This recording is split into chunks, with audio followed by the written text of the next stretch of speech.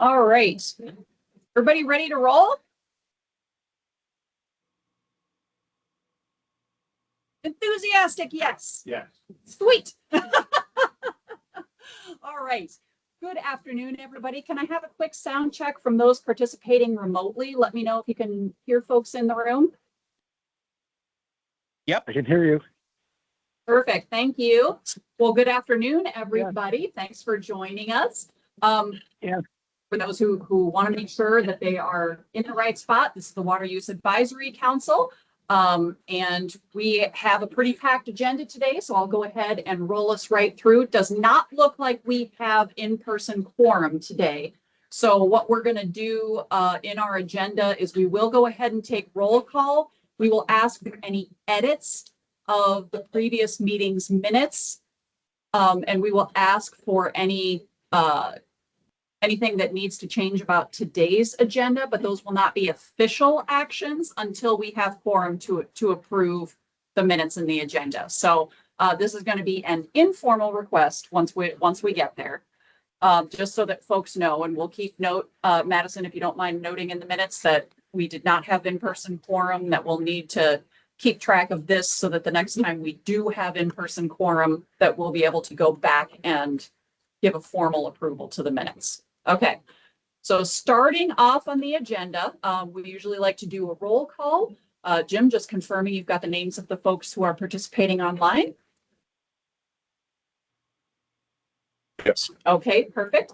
We will do an in-person roll call so that folks who are participating online know who all. This is Frank Edowagashik. I'm on by phone, so I haven't logged in on the computer yet. I'm in on the phone call, so. Okay, sounds great. All right, we will make sure and note that you are participating by phone. And this is Dave Hamilton. I'm on the phone as well. Okay, thanks, Dave. Now.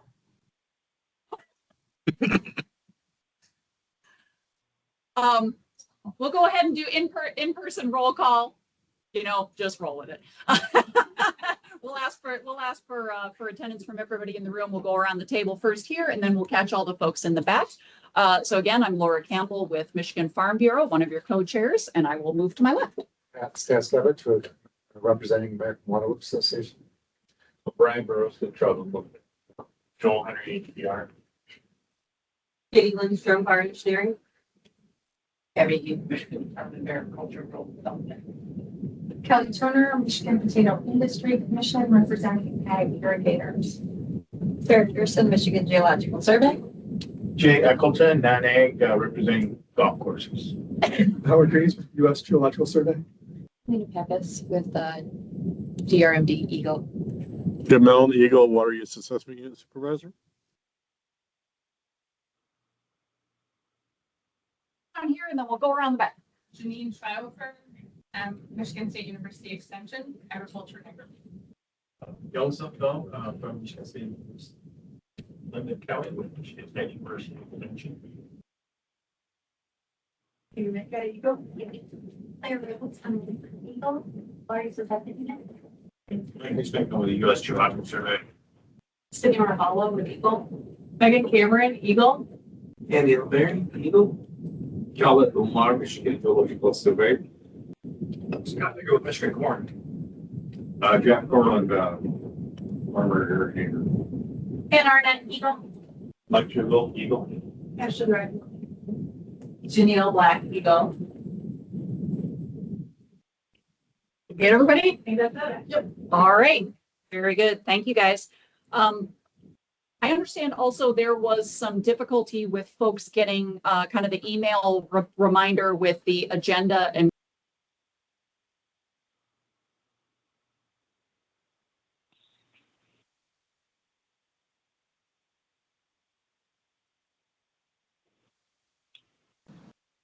you've been muted.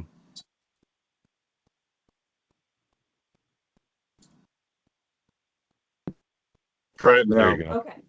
All right. Thanks, everybody. Appreciate your patience.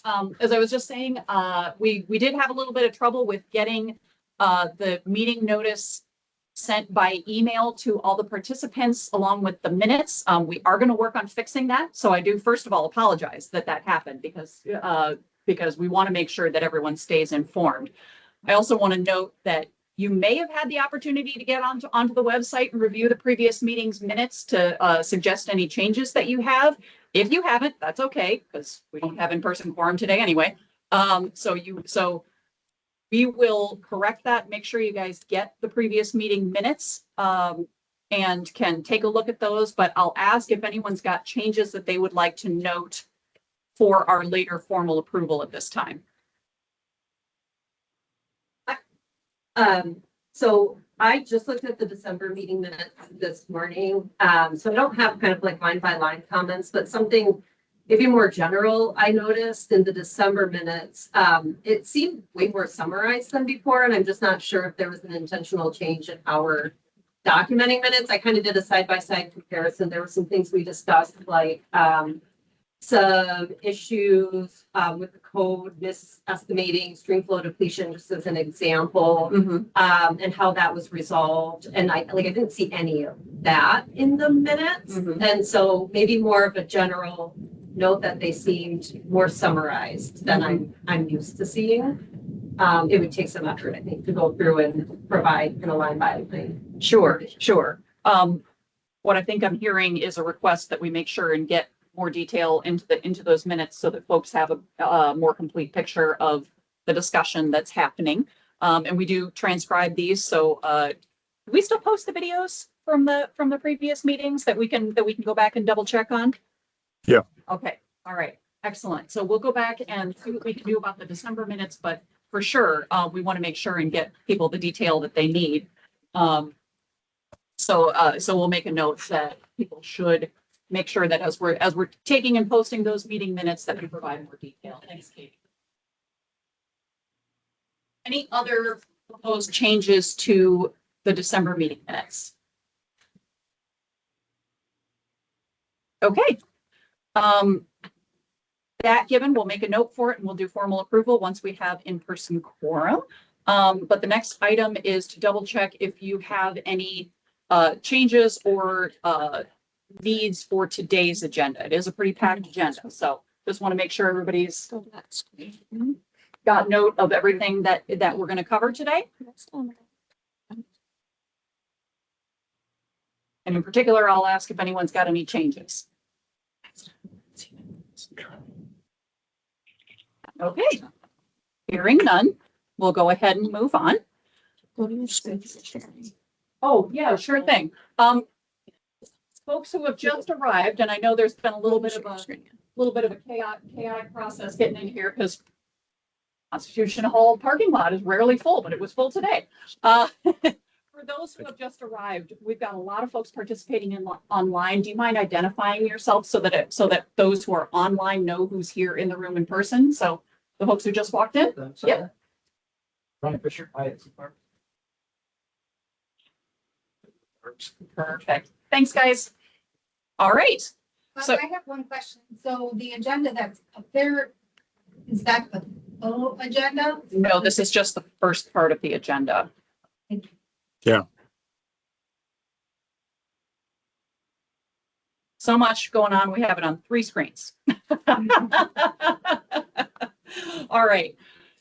So those familiar with this process, you know that we typically do 2 public comment periods. The first one, we like to ask for folks to limit your comments to agenda items on today's meeting.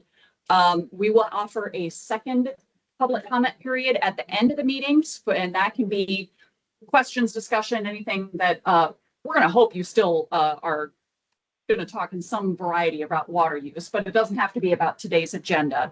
So if you don't have anything on today's agenda items, that's okay. You're going to get another chance to talk.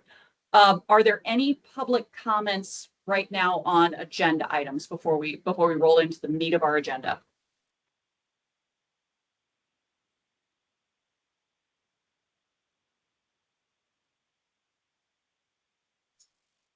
Okay. Yeah, and I'm not seeing any either. All right, seeing none. We will go ahead and jump right into the meat of the issue, and I will hand it over to my co-chair for committee chair reports. Thank you. No time to waste today with the material to be covered, so Kelly, just give us the conservation and efficiency plan quickly. Absolutely. So our committee met on last Thursday, the 5th, and then we also met today. So we're working on developing the 2026 recommendations that we'll bring back to this committee to take a look at. Today, we held an in-person workshop for 3 hours, and these guys were troopers. But I think we came up with 9 different recommendations. Not all of them will come to the full council. Some of them were identifying things that our committee still needs to work on, information that we still need to gather, and education that needs to happen before we would be able to send a recommendation this way. But I feel like we covered a lot of ground in those 3 hours, and we have 9 different teams set up to dig deeper into those so that hopefully we can match the time schedule that we have to get recommendations through the full council. Some of the sources we used really came from the last 2 years of committee work. So we used the 2025 discussions that we had in committee, as well as the outcomes of the Alliance for Water Efficiency Report, the Dow Fellows Water Conservation Report, and the MSU Ag Irrigators Educators Impact Report, and then any ongoing work that we've had. So we're going to get back together and kind of flesh out those 9 possible recommendations. At our last committee meeting, we did get a report from the Ag Water Conservation and Efficiency Educators. They provided us kind of a year in review and the benchmarks and the goals and the things that they've been able to take care of. And one of the biggest pieces from that is they have more than doubled the number of producers that they have seen and been able to educate on water efficiency for irrigation. And the interesting and the fun part is that now we have that irrigation mobile unit that is part of the pilot project, 2 years behind the educators. So we're dealing with a little bit of a conundrum in that the financing for those ag irrigation specialist positions will run out before we get them to use the mobile irrigation unit that is really supposed to supplement their work. And so that will obviously be one of the recommendations we work on. And how do we fill that funding gap to really be able to finish out that 4-year-long pilot program that we only had funding for the first 2 years for people. So we'll be working on that.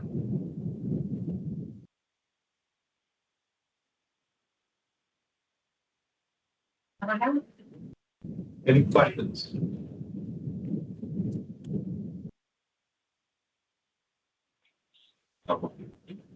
Seeing any? Hey, thank you very much. Good luck. Next up, we'll cover the data committee before we dig into a future presentation. I'll just say that in general, the data committee had a meeting 2 weeks or so roughly ago. Covered a lot of topics.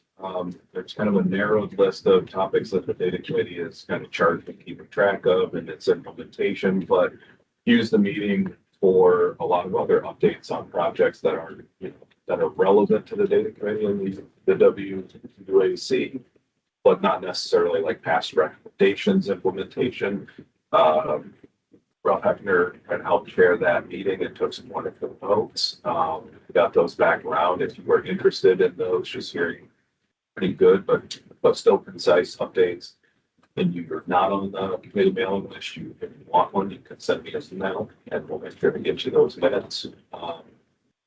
There's another meeting scheduler out, and I think maybe the week, or at least the scheduler is out. And so there'll be another upcoming meeting. The focus is going to be the long-term data planning project. That's probably council's oldest or critical one that was back in the 2020 recommendations that we're hoping to finish through. So that'll be a big focus of it. Some committee members are sending us in other agenda topics that they want covered for the year. And we need to discuss the nature of recommendations in the report that will be due before too long.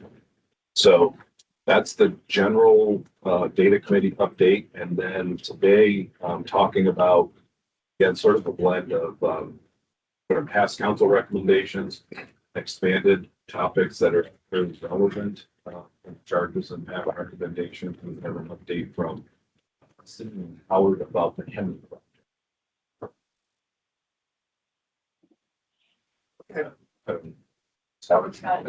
Oh, thank you. Yeah. Yeah, so as Brian said, this is a project sponsored by Eagle, and Eagle and USGS are collaborating on it. Yeah. So in the project, there are several aspects, and we'll get to all of them through the talk. Many of them are statewide, and then the green shaded area down here, 15 counties, is a target area for a airborne electromagnetic survey to assess groundwater resources in that part of the state. And we'll start off the presentation with a look at the AEM.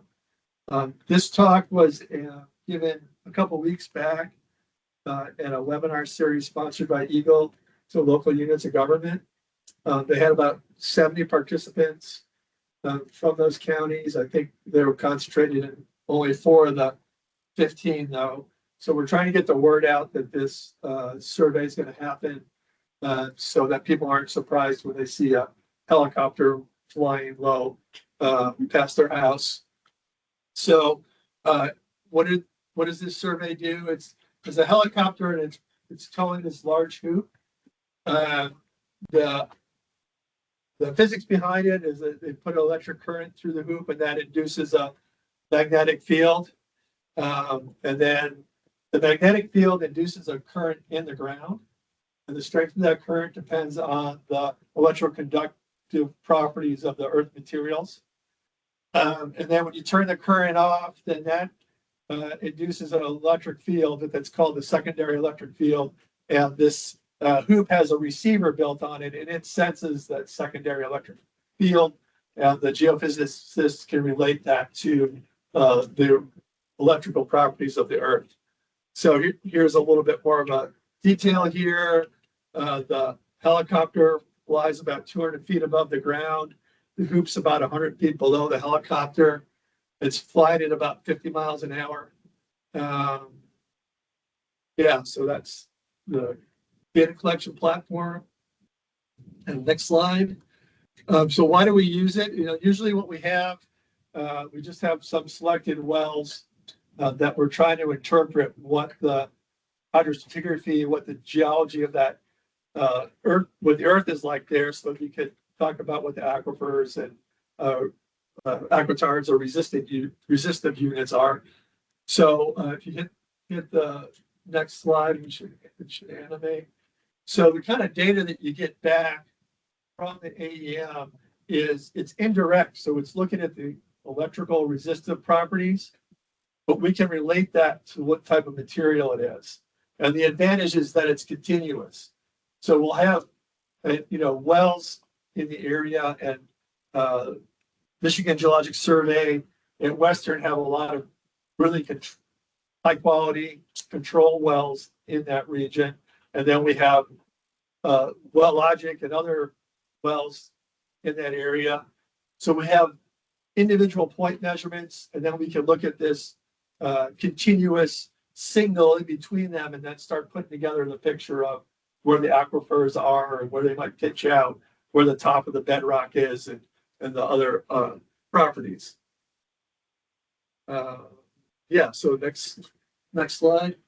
So one of the big questions is this technology safe?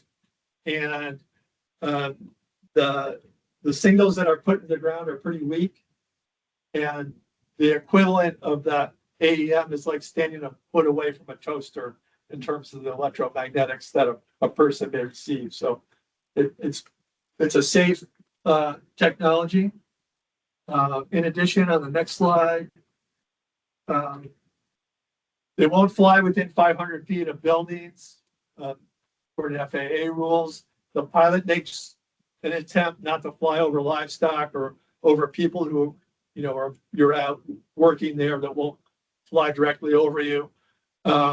And as I said in the beginning, the public's going to be notified. We have this webinar Cindy and her team and then colleagues at USGS are reaching out to local units of government, sheriff's department, trying to get the word out and through this presentation today to commodity groups and anybody who has contacts in this 15 county area to say, if you have questions, we'd be happy to preview what's happening. And then as the contracts get written and we know more when the flights are going to happen, keep people up to date.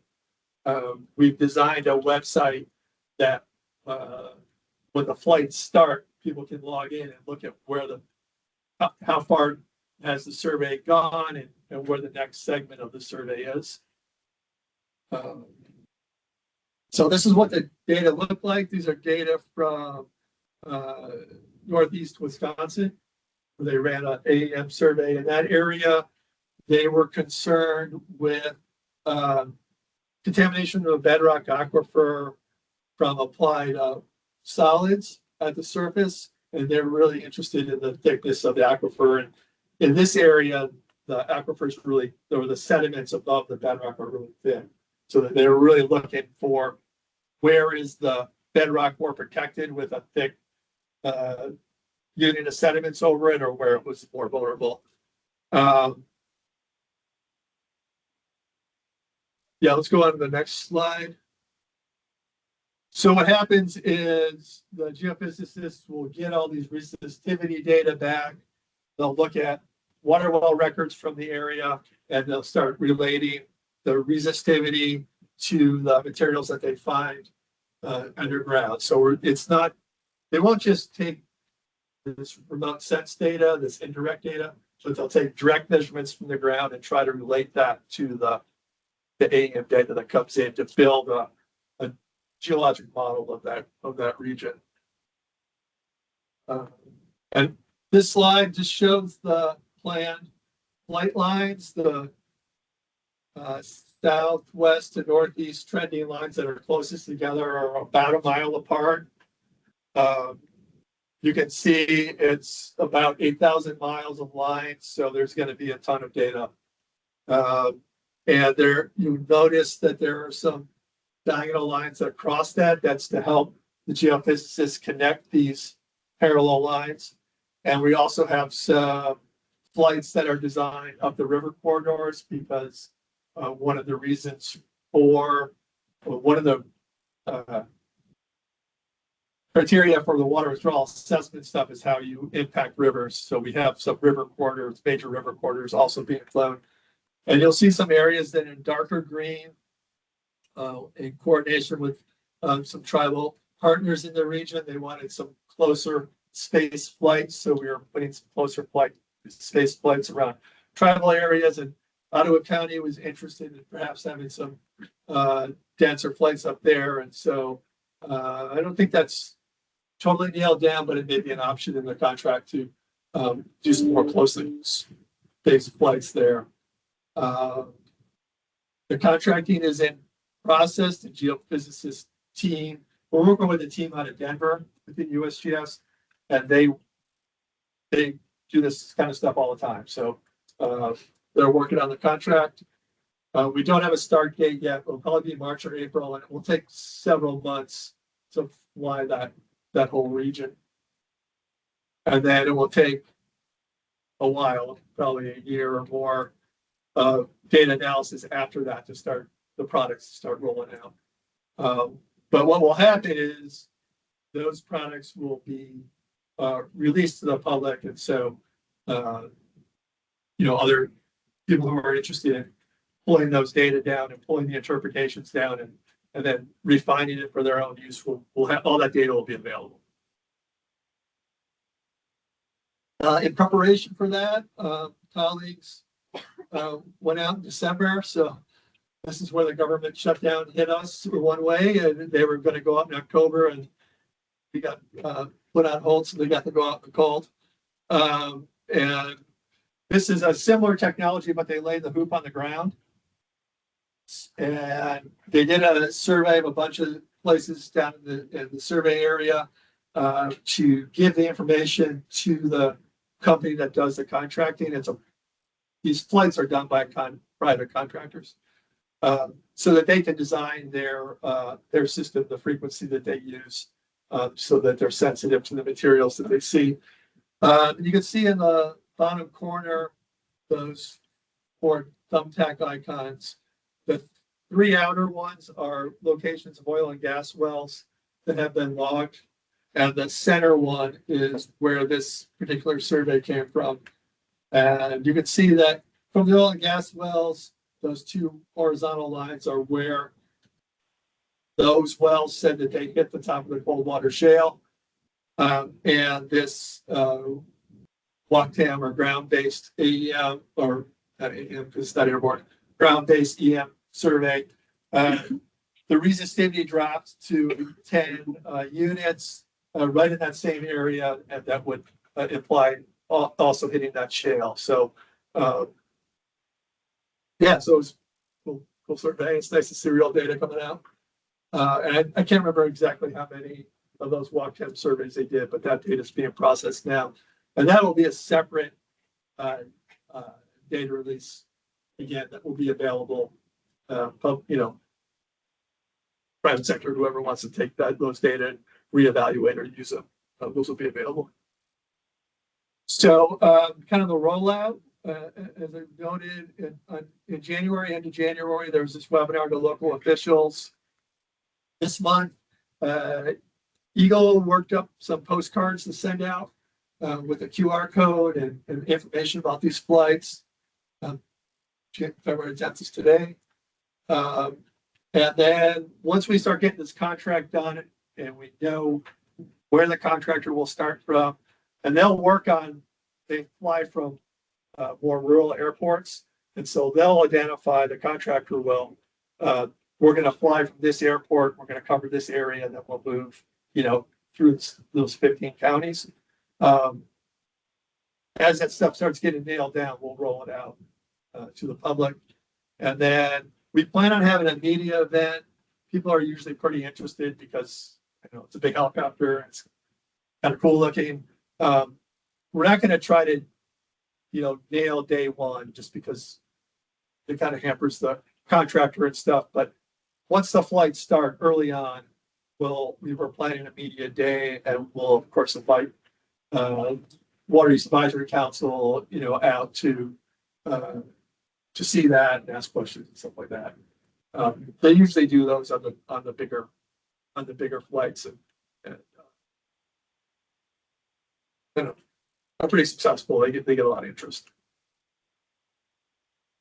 Okay, so that's kind of probably the most visible part of this Hemi project. But the rest of the question about that. Oh yeah, sorry. Howard, you may have said it, but I missed it. How deep below ground surface does this go, and does it integrate, or can it pick up layers? Question. It goes a couple hundred feet, couple hundred meters, so several hundred feet. It will produce layers every, depending on the instrument, the data gets released as slices into the ground. So when we looked at the Wisconsin stuff, there's like a upper 10 feet slice and then 10 to 20 feet slice. So there is integration, but it's not a super thick integration. It gets thicker as you get deeper. As the signal gets deeper, you'll have a bigger interval that's getting integrated.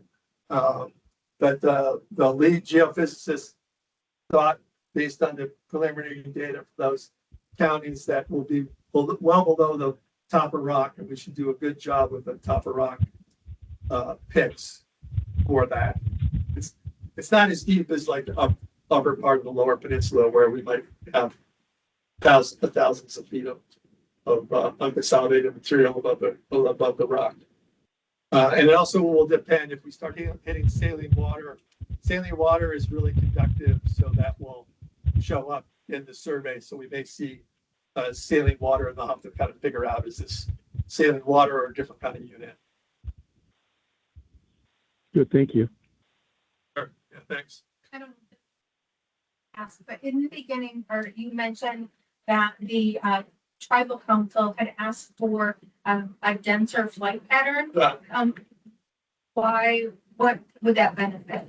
They give them a little bit more detail. They're doing their water resources planning, especially the Gun Lake tribe, they're kind of in the middle of their water resources planning process. So they asked if we put lines closer together, would that give them more information about their local environment? That's why we defined it. Is there a benefit to doing that in other areas, like agricultural areas where you're away from some of those urban and suburban areas since that area, the southwest area of the state is also so heavily irrigated? Would that be helpful as well? Yeah, I mean, it's a kind of a trade-off then between, covering the whole area and then getting that refinement. We actually talked to the lead geophysicist named Burke Minsley out of Denver. We talked to Burke last week about reserving part of the contract for refinement after you see the initial data. So the initial data came in and then they said, boy, it would really help us to put some more lines here to capture, whatever feature. There is a way to write the contract to say to the contractor, a certain amount of money would be reserved to fly a certain part. It's a little bit tough with these contracts because it's like per line kilometer. And so we're taking an estimate of the cost. Then we'll have to see exactly where it is. But I guess the short answer, well, not the short answer, I'm rambling here. The answer is we're trying to see if there's some funds reserved that if the geophysicists say something that is like, man, we really could use some more here. And because the mobilization cost is so much, flying when you're already out there is cheap comparatively, and if there's enough funding in reserve, we could say, yeah, go ahead and, put some intermediate lines in there to fill that in. Because usually the contracts are written where they're delivering the data as they collect it. So the geophysicists get an initial view and they can say, oh, wait, something happened here. This line screwed up. And it's not like 6 months later or whatever. They're seeing it. So, but there's a lot of processing that goes into making the final geologic model from that data. The initial views are more like quality control. Yeah, these are making sense. For context, Kelly, I just want to add, Michigan is elected, I think, to do 1 mile interval flight line spacing, right, Sydney? And that's a little bit more resolved than some of the other local data collection efforts that have happened, right? The ones that I'm familiar with in Indiana, I think had 12-mile spacing or 12-kilometer spacing. I can't remember which. Yep. And then the one that had just happened up in the UP relative to the Earth MRI work, actually the tribes refined it to a 1 mile spacing for the groundwater work. So, I think that there's a big difference in the line spacing, the data collection density that is being undertaken. And, we wanted to make sure that we were going to try to be as representative as possible of the subsurface geology, just specifically for those uses that you were describing earlier. Yeah, thanks. Any other questions on this? Yeah. Just one technical, if you don't mind. Yeah, no. I listened to the online presentation, and the presenter was the gentleman from out west. Yeah. He said the flight path is a mile apart intervals, but it would extend about 100 feet or 30 meters laterally, and then down in. So are you focused more on bedrock topography or glacial, trying to track glacial aquifers? Before a mile apart, you understand where the question is going? Yeah, we should. Burke was pretty confident in like doing a really good job on the top of rock. The upper part, we're hoping that we can resolve if there are distinct units in the upper segment, and that's kind of what the walk tent, the ground-based preliminary surveys were, so the contractor knows how to tune their instruments. So yeah, we are looking for that upper package, and then top of rock. And unlike the mineral surveys, we're not as interested deep, but I think, we would like to get the view of the Marshall and the major aquifer units over, in that part of the state. So, yeah, we're trying to get top of rock, and then if we can distinguish those clays, especially, it's important for if you guys are putting in a deep well, you would like to know if there's a confining unit over it, so that it's signals being dispersed, or if it's all sand over it in good contact with the surface water. So hopefully we'll be able to pick some of that out. Okay, so statewide, what else is happening in this overall project?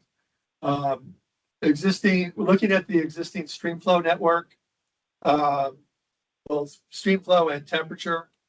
Try to pull together that information and then write a network analysis that I'm hoping that the Water Advisory Council and Data Subcommittee and Eagle can use for future planning on, where a gauge is needed, or as to become more resource limited, where are gauges, duplicative,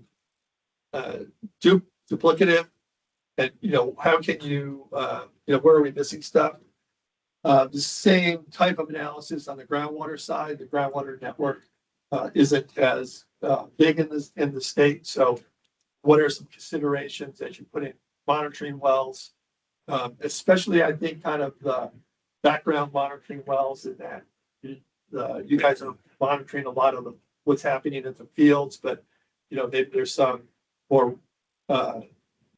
distant areas that aren't as stressed, and collecting background information there so you can inform people about what's happening seasonally and over time. That may include drilling some new wells, and then the water withdrawal assessment process is proactive. So we try to predict what happens as we put new wells in or new water withdrawals, and so we're working out a groundwater model in that green shaded area to ingest these data as they're available. And then that model and those data would be published and available to others to use. So I'll just kind of do a quick slide on each one of these things. So there's a view of the monitoring network with the with the purple shade being how many years of record. We have some stream gauges that go back to the early 1900s. I think Grand Rapids goes back to 1909 or 1907, and the size of the stream. We haven't added too many new stream gauges. We've added a couple. We're working with Eagle closely on adding gauges. We don't want to get too far down the road on adding a gauge and then saying we don't have funding to continue operations and maintenance. So we're balancing those considerations. We worked with Eagle and DNR to identify a few stations that would benefit from water temperature measurement at an existing gauge. We've been adding cameras to gauges, and we found that that's helpful, especially for ice out and flooding conditions, or if something's happening with the data coming in, the hydrotech can look at the image and make a decision about whether you need to go out to the site or whatever's happening. And then we've been doing miscellaneous low flow measurements, and we may increase the frequency of those or expand where those are happening. Next one. So yeah, some stream temperature. We have a lot of temperature data, but not a lot of active continuous temperature gauges. And we're pulling together temperature data. I think I mentioned last fall that we got data from DNR, from Trout Unlimited, from other local units of government, and we're pulling all that together for a data release. So it would be available to the community. And we're kind of doing the same analysis on, what streams are gauged with temperature, what do we know where? And I think the next slide kind of demonstrates that. If you take the water withdrawal assessment program, it has these different classes of cold stream or whatever. And then we can start saying, well, what percentage of what class are gauged, or what percentage of what class have temperature on the stream gauges. And that's one way to look at where new gauges might be needed or where more data collection might be useful. In terms of groundwater, so the AEM data is going to tell us more about the hydrostratigraphy, about the hydrogeology of the units, but the monitoring, tells you what's happening with groundwater within that package. And Eagle is really taking the lead on developing a groundwater monitoring network. I think the next slide shows there were a number of like in the 80s, USGS was running a monitoring network in the state, and it got discontinued. A lot of those wells weren't abandoned; they were just left there because maybe they'd be good someday. And so, fortunately, they're still there.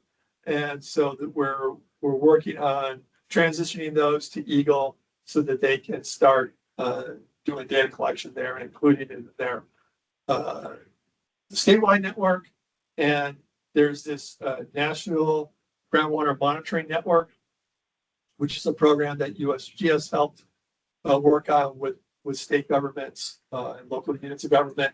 And it's a way for the data from the states, or actually it could be a county or whatever, to be brought up to a single interface. And Eagle's working on becoming a data provider to that. Yeah, so we're kind of in the middle of it. And then I should point out that Eagle's entered into a contract with a contractor to go out, look at these wells, see if there's any rehabilitation needed from a new pad that needs to be poured or something like that. Do a slug test to make sure they're acting well, and then when they're happy, they can then incorporate them in their network. And then finally, this is what I was saying, the regional groundwater flow model. We want to give a good platform for site-specific analysis down the road that incorporates all these different data that we're bringing in, and allows you to bring in the new monitoring data and stuff like that. So if you take the next slide, this is the preliminary area extending out to the hydrologic boundaries around those 15 counties. And I'll point out, we're just wrapping up a model in the tri-state area, and that's outlined in blue. That report should come out this year. And Brent Hersting here today is kind of leading this modeling. We're really focused on building the workflow and making it so that as the AEM data comes in, it can be integrated.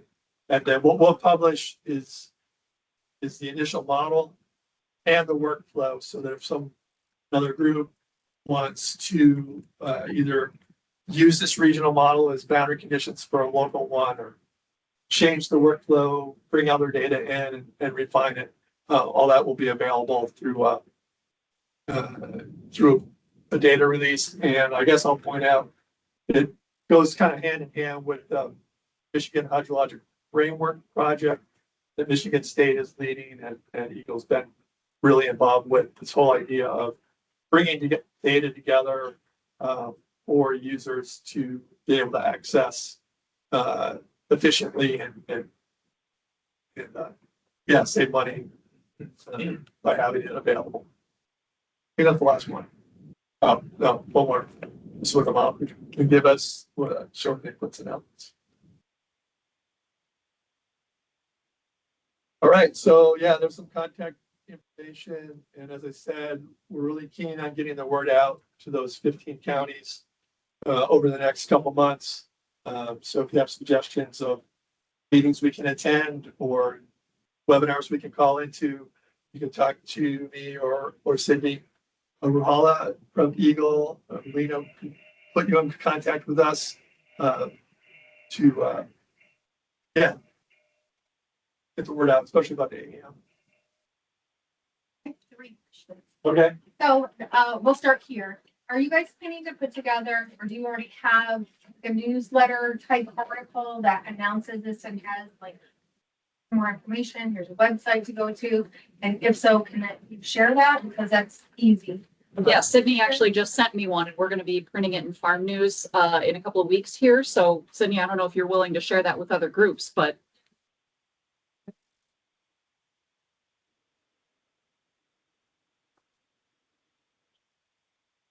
GS has websites as well that we can link to get more information on that. So I'd be happy to share.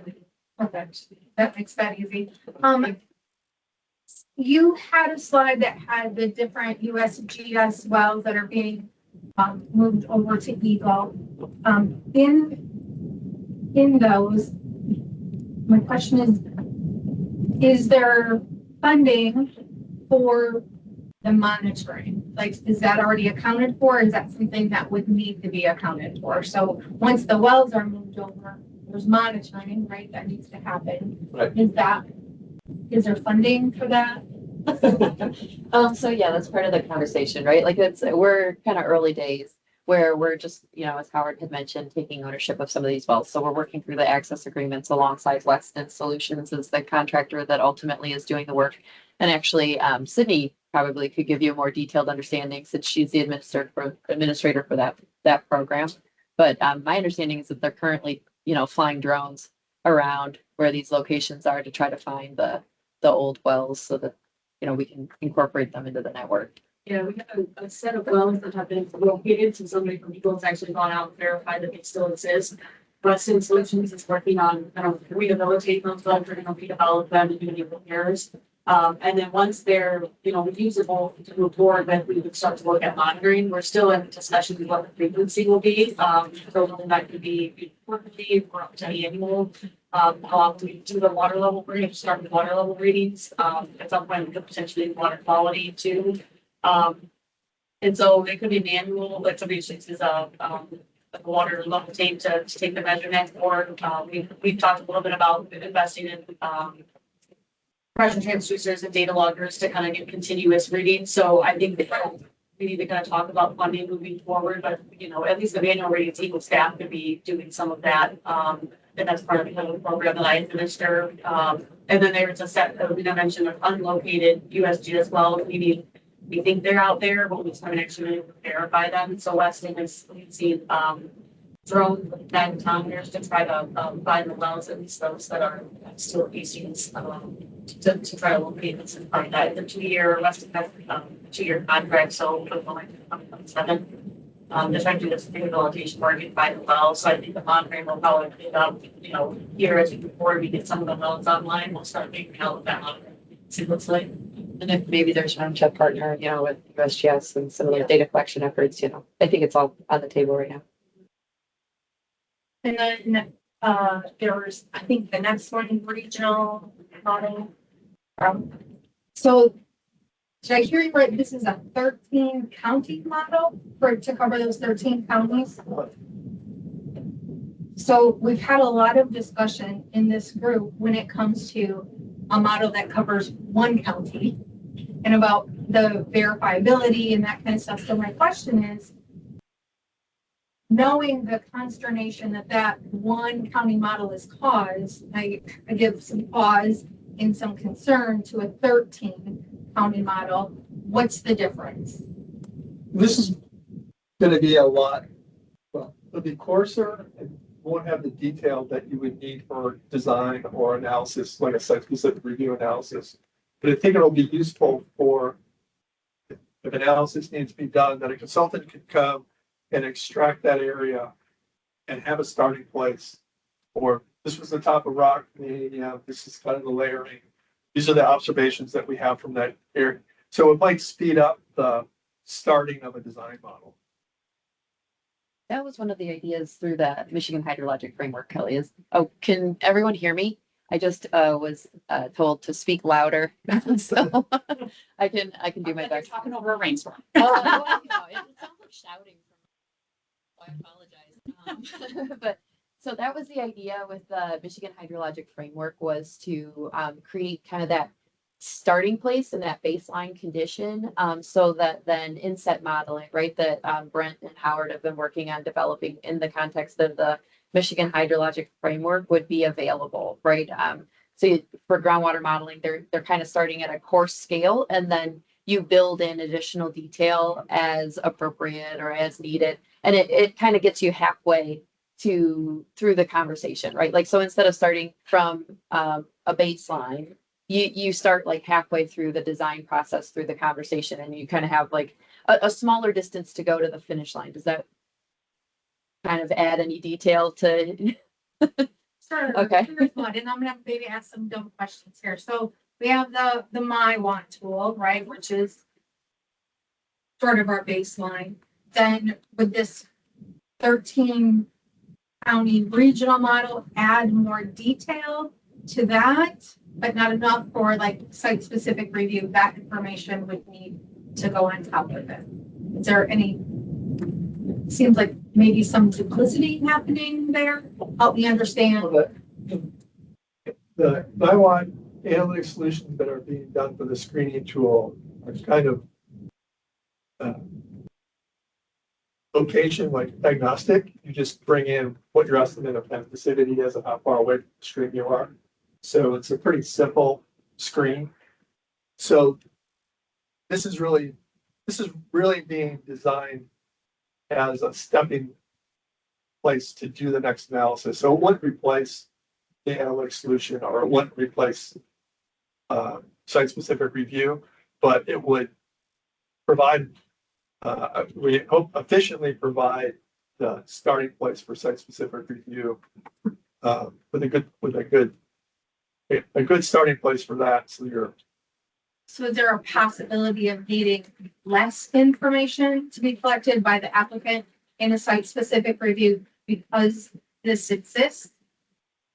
I think that decision would have to be made by the applicant, right? So essentially, you'd have to identify whether or not you think that your model is well calibrated to the conditions, just using this kind of baseline, or if you would want to decide whether or not additional information would be needed. That's the same sort of decisions that have to be made for any sort of analytics or modeling-based solution. It's up to the consultant on behalf of the applicant, right, to kind of walk their client really through those decisions and through that discussion, so that they're able to provide that information for consideration, inside of Eagle. I think the advantage of starting the regional model now is that if we just did all this AEM stuff, then in a couple of years said, okay, here's the AEM hydrostratigraphy, then someone would have to start looking at that and saying, is this appropriate for the model and how do I use it? By starting now with a simple regional model and then incorporating the AEM data as it comes in, we can work with a geophysicist to say, okay, are these aquifers and resistive units, are they making sense from your pull and our analysis of the groundwater? And then for the user community, that conversation of taking the AEM and putting it into the groundwater context has already happened. So I think that's where the bridge is, where I see the regional model coming in as there's kind of a word might be too strong. We didn't want to just jump this AEM, like here's a hydrostratigraphic model, now you're on your own for the groundwater flow. But we can start making the connection between the AEM and the groundwater analysis. And then you'll have to go back then and reconfigure it because you're building a model and then you're collecting data to put in afterwards. So there'll have to be a verification process to see how well. Yeah, exactly. And that's why we were saying we're going to start simple and we're really going to focus on this workflow. So we don't imagine that the final model from this project would be like fully calibrated, ready to roll, but it would be more of a, here's the framework. Here's how you can incorporate new data. we've incorporated the data that we have, but there's more data that will come in, and then it could sit in the Michigan hydrologic framework project, outcome, that database that's being put together, and then be refined over time. So I it think sounds, this is a vision really of building on this model over time yeah, as data come in and making it through not just this project, but the hydrologic framework project and its use leading, and then the work on the database refinements within Eagle to have a program that continues over time. And as data are collected, things are updated. so I guess what I think I'm hearing is what we're basically getting out of the HEMI project and the groundwater model is that when someone goes in to do a site-specific review, now they're not comparing the model that they build and the data that they collect in that site-specific review out of, and comparing it to nothing. We're comparing it to, we just assume a complete unconsolidated aquifer below ground, but that now they can say, okay, well, we know that at least in broad brushes, mile scale flights, that this is what we should expect to see in this area. And so if what we find with our site-specific review generally matches that, we're probably going in the right direction. And if we don't, we might need to collect more data or understand why this area is different. I mean, that's what I think I'm hearing. And it's probably not a bad approach just from the standpoint of Michigan. I love when people from Colorado come and tell us how they're going to model groundwater in Michigan. They're like, have you seen what our below surface groundwater looks like in Michigan? A mess because of the glaciers. But just getting a starting place that's not nothing sounds like it would be helpful for the ability to calibrate and validate the models that you're building on for a site-specific review. Yeah? Yeah. Okay. Said it better than I did. Okay. Thank you. Thank you. There's a lot there and a lot of ramifications for what we do. I would say that future data committees will probably be stuff alone for a while.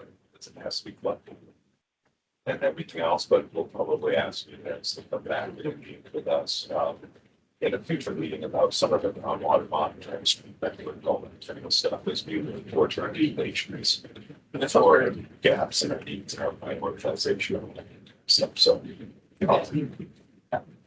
okay. All right, we're gonna move on. We're gonna switch now over to the models with you. Okay. I might as well start with the MHF update since that's, relevant to the model Howard was just talking about. So that work continues to progress. There's a work group that is meeting monthly. Most recently met just at the end of January. During that call, they did set up meetings for the end of February and March, and there's a plan in place to actually provide some beta versions, some testing versions to Eagle and presumably others as well to test the MHF ahead of those meetings for the work group members to be able to provide some real feedback. I tried downloading the data and here's where I got stuck or here's some feedback, things like that. So it'll come in phases. The first phase will be specifically testing around like the download tool, the visualization, searching for a model, things like that. The next step would then be testing using an instep model. So that would be like taking a model like the regional one Howard just mentioned and kind of carving out a more site-specific model from that. The other, we've got a list, Models Committee always has a list of updates. The other one is on the transition probability modeling. So the Models Committee met on January 14th. FAR Engineering was contracted by Eagle to conduct that transition probability modeling. We gave a technical presentation on the results. Just as a reminder, this was three-dimensional glacial aquifer mapping for Cass and Calhoun County. So sometimes we say model a lot. This is sort of like estimating what the geology is between borings versus like a groundwater flow model, which is more focused on the flow. We came up with some recommendations from that meeting. They were drafted, they were sent out to committee members for review. A few things that the group agreed on was that the Castle-Calhoun modeling was a worthwhile effort. It also, though, highlighted some challenges with using that particular geostatistical method for modeling in that geologic environment. And essentially, there will not be a recommendation to move forward with the results of that modeling as basically like a way to model the three-dimensional geology for those counties. What we're still working out as a committee then is what's the recommendation moving forward. So it's not to say that transition probability modeling couldn't be useful in some other geologic settings or by combining some multiple methods. So we still need a little bit more discussion to come to a consensus on that. And we are working to set up that next models committee where we will continue the conversation and then ultimately bring a recommendation back here to the council. Next up is the aquifer properties. I understand that is nearing completion as well. The plan is in the next committee meeting to discuss not just the transition probability recommendations, but also to discuss the outcome of the work updating the transmissivity and storativity work that Eagle also contracted out. So more to come on that. That's going to be another topic at our next models committee meeting that Lena and I are working to schedule. Downstream accounting work is also in process. A work group has been established. There's a meeting on March 13th. So I'd say we'll have more of an update on that project after that. And then lastly, I will note that Jill Van Dyke sent out an updated version of the Aquifer Performance Test Guidance document for review. We got a lot of engagement on that. Comments came in from multiple people, folks sitting in this room. Those comments are going back to Jill. She's going to review them, consolidate them, address, and then we will talk about a revision after that is complete. Questions on the model committee update? Katie, just to kind of go back to transition probability mapping, because I was interested to hear that the models committee is kind of going, this didn't work like we thought it would. We're not going to recommend that this move forward at this time. Given the difficulty that there has been to kind of compare what are we finding from developing these maps with what we know from data collection in the area, do you have thoughts or ideas of what might be the next step for that process? Because it kind of sounds like if it's not fitting well with a place that we know a lot about the subsurface, it would be really risky to try using it for an area that we don't have a lot of that data to compare and validate what's happening in the mapping system. Am I understanding it right? Yeah, I mean, data density is certainly a consideration. I think it's more than just that. So it also has to do with kind of how the map behind transition probability works, and kind of how that jives with actual glacial deposition that put the material there in the first place. And so I wouldn't say the issue we had was partially it's around data quality and data density, but partially it's also about, even if you had great data, could the map behind this process sort of ever get right what the glacial depositional setting is? So the next step is taking a look at the multiple different times this has been used in Michigan and evaluating like, okay, if we concluded, if you wanted to really summarize it, Cass and Calhoun County didn't work very well. Can we look at other areas and assess, well, did it work well in other places? And if so, why? So maybe it's a specific depositional setting. Maybe the recommendation could be, yeah, this could be a useful tool in areas that have this particular glacial geology, but avoid it in these others. I think it's more around that. Okay. Other questions?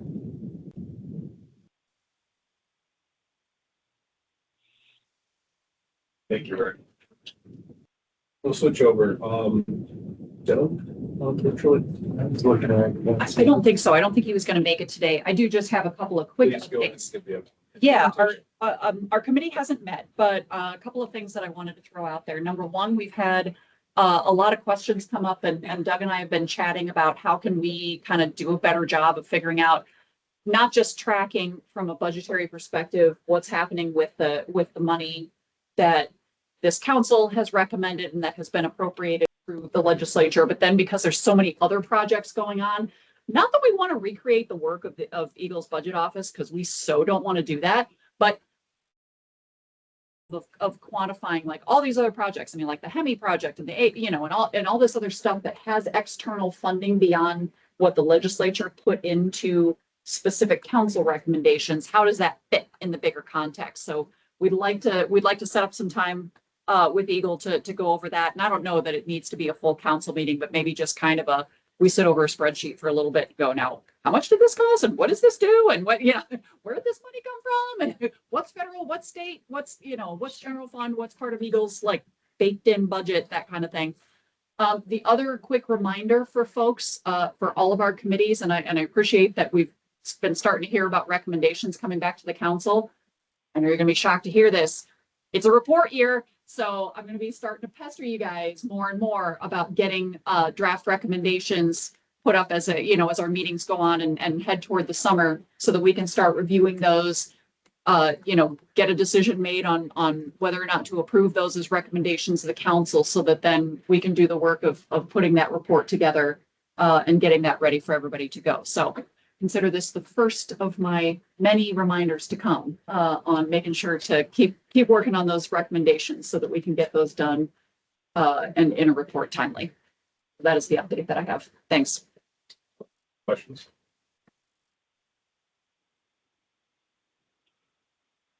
Seeing and thank you.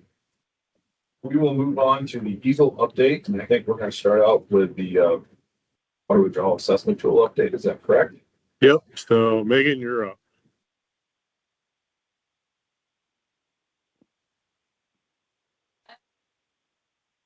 Sure, Neil. Okay. Just interrupt me again. It's an issue.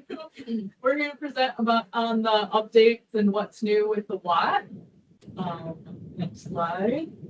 So just a general reminder of our timeline here. In December of 2024 is when we actually had our kickoff. And that's, this is all based off the 2020 council recommendation. In September of 2025 is when we had our release 1, which was the modernization of the Hut 99 kind of interface and allowed users to enter some site-specific parameters. In December of 25, we had a quick hot fix update that we kind of addressed in that December council meeting.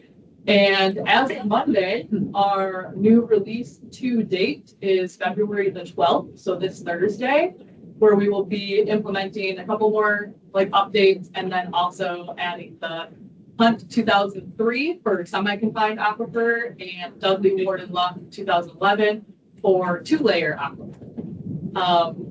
This is pretty much going to be a quick version of our webinar that we had last Thursday. So if you missed that, you get a little sneak peek. But if you need more details or want to go through it at a slower pace, go onto our website and check that out. Next slide. So what's new from this release? Like I just mentioned, besides the quick updates for the semi-confined 2-layer aquifer, we also are incorporating a lot of comments that we've received in user feedback. We had some updates, website optimization to align with the State of Michigan design accessibility guidelines that are recommended and suggested to us. We also have added the ability to actually upload site-specific information right in the app itself.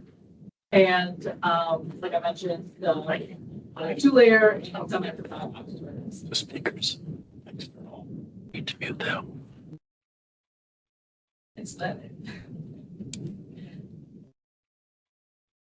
Okay, and then as the same as last time, this is an agile project, which basically means even after this release, we're going to be making a lot of updates, or maybe not a lot, but minor updates here and there based on user feedback, based on, things that were like little bugs that we get kind of thing.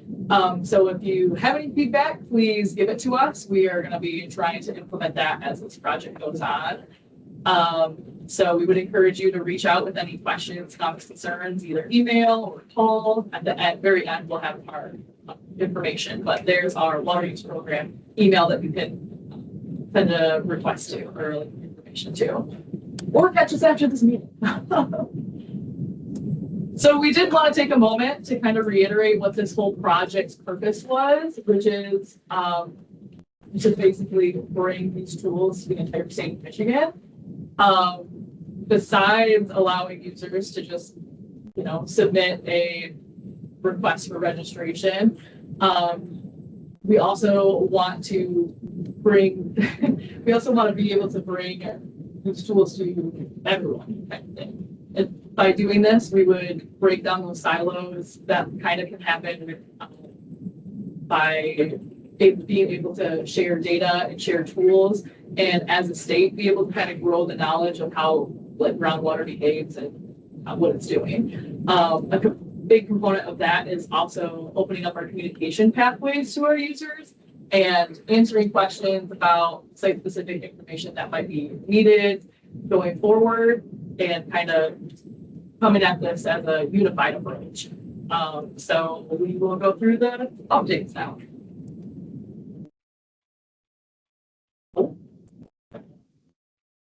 Okay, this is actually, you might have to press play, because they're the good things. You're supposed to go off on your own, but they might not. It's behind it, Jim. There you go. All right, we're going to start off on this water management page. When you select that new withdrawal page, it'll bring you to the map. You can kind of zoom in like you normally would. The application does this right now. You can still turn on your layers. The big thing that we want to point out is you can add your lat and long on the side, which you will watch this video very slowly do. Sorry for my typing skills. And then you can find your location as you normally would, but then rather than having to select the other button, you can just hit that run with that location tool. So this kind of prevents users from having to reselect the button that they just typed in. So that's kind of a new feature. So we'll go on to the next slide. Once you have that location selected, you will see this is what we're calling the pop-up modal. And this is kind of like our major decision hub for basically the rest of the application. You'll see here that we have what is your withdrawal source, well, pond, stream. You can click on any of those, and then what aquifer data would you like to use, custom or standard data. So if you were to select stream, you wouldn't get those two options. Pond, you get those two options. Well, you get those two options, obviously. If you select custom, more information populates below, which we'll get to in just a second. But standard is basically what the current WAT is doing, which is running off of the HUD 99 solution. And standard option will not let you edit any kind of parameters. It's just kind of like, this is the straight and narrow legacy WAT type. You don't get to control anything pathway type thing. So we'll go on to the next page to kind of see what that looks like. And this is very similar to what we have released right now. You can enter capacity, you can enter your depth and your pumping schedule. And you can still see what that hydrogeological data is in each of those slightly grayed out boxes. So you'll know what parameters are being used, but you will not be able to change that. If you try to hover over that, they have like a little X. We can't edit anything here. You can add multiple runs on this page still. So you can do a whole bunch of different pumping schedules or whatever you want to compare, but you cannot add the hydrogeological data. This is just kind of like I said, straight and narrow, this is it. This is basically what the WAT has right now to a certain extent. And like I said, it's kind of what lets the WAT right now. So enough of the old stuff. Let's, go see the new stuff. Hit next slide. Here's a video of that kind of extending. Like I said, we have the well, and then we can select custom, or we can select pond, and we have custom and standard. Stream is just the one, which you would hit proceed. But if we go and hit custom here, we can see that anything past this point using custom would require like a SSR. It would require, excuse me, can't talk. It would require a review. but then you can click each little bubble here for what type of aquifer setting you might have. Is it gonna keep going? That's at the end. So here we have unconfined aquifer, which utilizes that Hunt 99 solution. There's semi-confined aquifer, which is the Hunt 03 solution.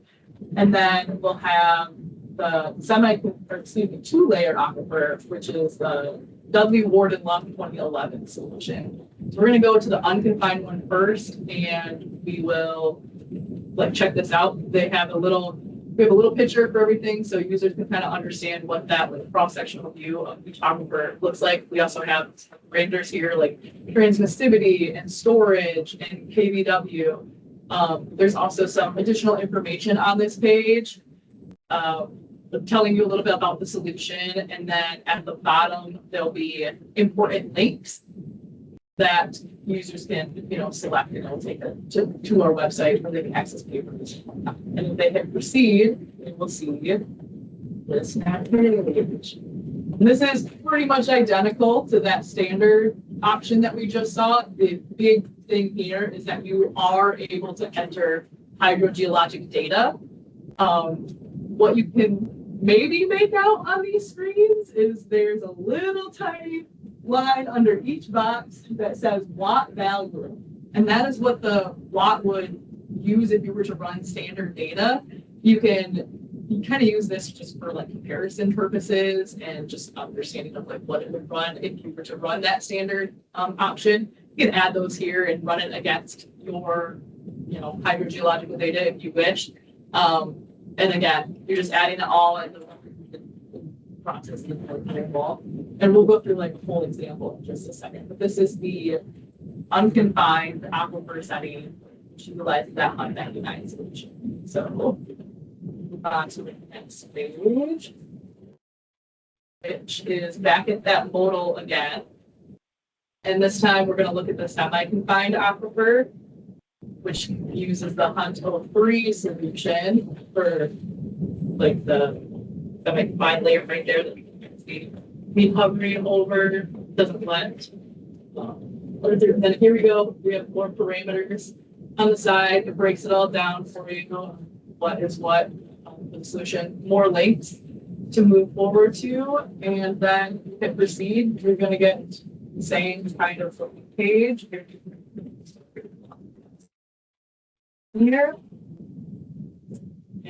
And again, we have our parameters here on this page. You can, again, run as many runs as you kind of want. I would like to point out, I should have pointed this out earlier, but if you look in the right-hand corner, there's a view aquifer diagram. I do not have a video of this, but essentially this pops open that same diagram we just saw in the modal for comparison purposes as we are, exploring these other aquifer settings of, semi-confined and two-layered. It's nice to kind of have that, comparison as it's not as familiar. So I will show, have demonstrated that fairly. We're going to move on to the two-layer aquifer though. So we will go all the way through this one. So here again, the modal, this utilizes the Dudley Ward solution, and we can kind of work through all of those same features as before. We'll move on to the next page, and this is an example right here. Click on that, and it opens up and you're able to compare essentially what you saw in the modal with the image with heat. And now we're actually going to run a couple of runs here. So we'll enter in the capacity and then the depth. We'll give our aquifer type and a schedule. Continuous. Here, when we start to fill out our parameters, you can hover over that tooltip, or you can move on to that pop-up that you just had to kind of look and see what your parameters are and where they're located, just for, making sure that everything is being inputted correctly. We can go through and fill in, T1 is transmissivity of the upper aquifer, T2 is lower aquifer, S1 is storativity of the upper aquifer, S2 is stored to the lower aquifer. We get our K prime hydraulic conductivity of the aquifer, K double prime hydraulic conductivity of the stream bed.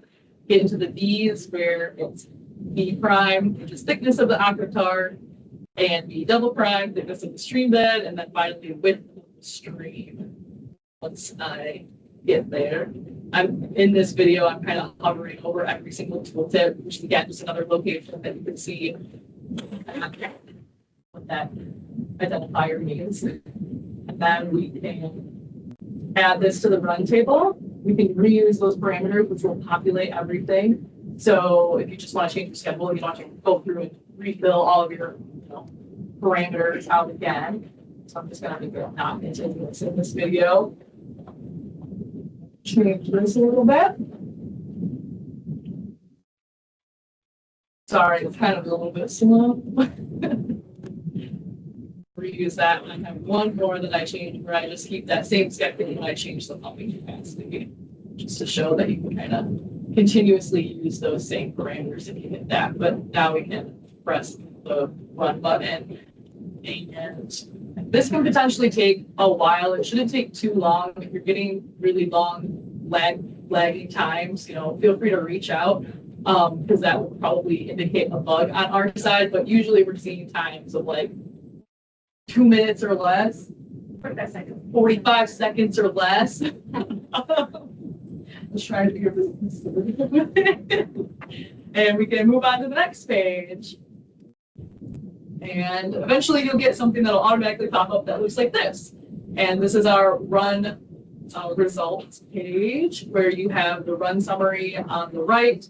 And on the left, you can toggle between every run. This is a little bit different than what we kind of have released right now, so this will be slightly new. You'll be able to identify what zone those are in, those trials. And then when you kind of have decided which one you want, you can also review all the parameters, make sure that they're the ones that you intended to put in. And when you're ready for that, you can just hit proceed with selected run. Next slide, sorry.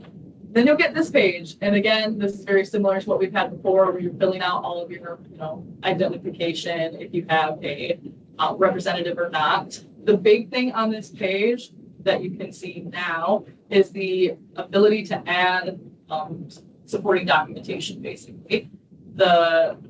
For this, we can accept Word documents, Excel documents, CSVs, AQT documents. Each individual document cannot exceed 10 megabytes and have to have a total cumulative size of 20 megabytes. And that's due to basically email restrictions. If your supporting documentation is more than that, or you can't get it to attach, literally just email us. We have a couple of different methods that we could potentially get this information from you by. So if you're having an issue, just click continue and you'll be able to submit still. But you can either find a file or just drag and drop it in there, and if it meets size requirements, you'll be able to proceed. Like I said, if you can't do that, you'll still be able to proceed. But we do ask that site-specific information and supporting documentation be submitted as soon as possible, because we can't really conduct an SSR without that to be able to compare to anything too. So just make sure you're reaching out as quickly as possible. And then we can kind of move on to the next slide. So here on the verify withdraw information, site-specific review request page, we can, again, review all of our personal details, and you can review your hydrogeological data on the side there and make sure everything looks good. The most important feature here, again, is making sure that anything that you want to attach and can attach is there. And if it's not, hit back, or your parameters are wrong, hit back, or I typed in your name wrong, hit back. But if everything is looking good, you can hit submit and move on. And you will get this review request form. And this is kind of the last step. You'll be able to print this off at the top. You can review it here as well. And this is, our normal review form. You don't see the attachments here. but I will get to that in just a second. Like I said, you can print. Then you go to the next slide. You will automatically get this email that will have all of the attachments you have submitted attached to the email. So you're kind of getting them back to you, but this is how the SSR geologists get those attachments. So if you don't see what you wanted to submit on here, please reach out immediately or as soon as possible so that we can obtain that information from you. Again, this is how we receive that. That's why those limitations are there. It's kind of email dependent. So that's all for that one. And our last kind of little thing here is a little bit of a call to action. We obviously have these new tools, which are really cool, but they do require that site-specific information.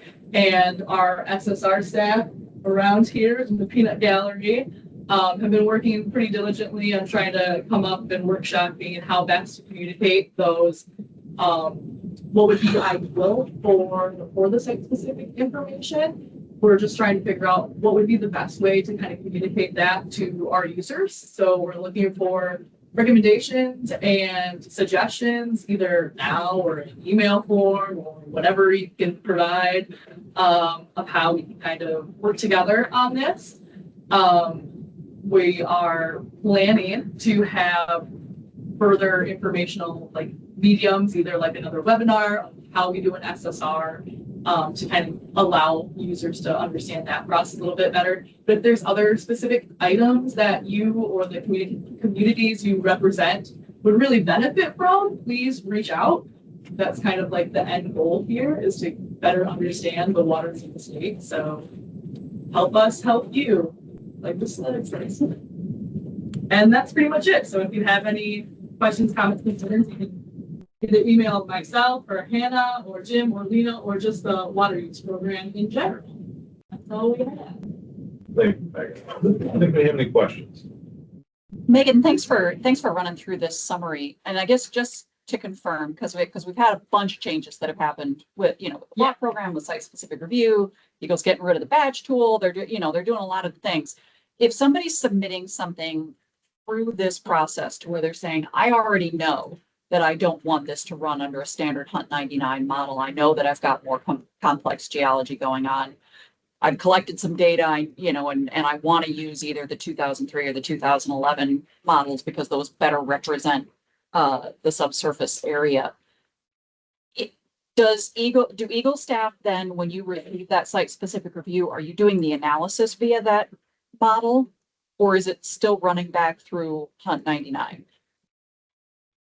If they submit a request with, are you saying that like they went through the process with the semi-confined? So we would use that and evaluate their data. If their data does not support that, then we would probably have to reconvene with the user and touch base or whoever has submitted and say, okay, yeah, but your data does not support semi-confined. It actually supports 2-layer or something like that. It would definitely be an open communication moment of, we can't actually run it that way, and this is why.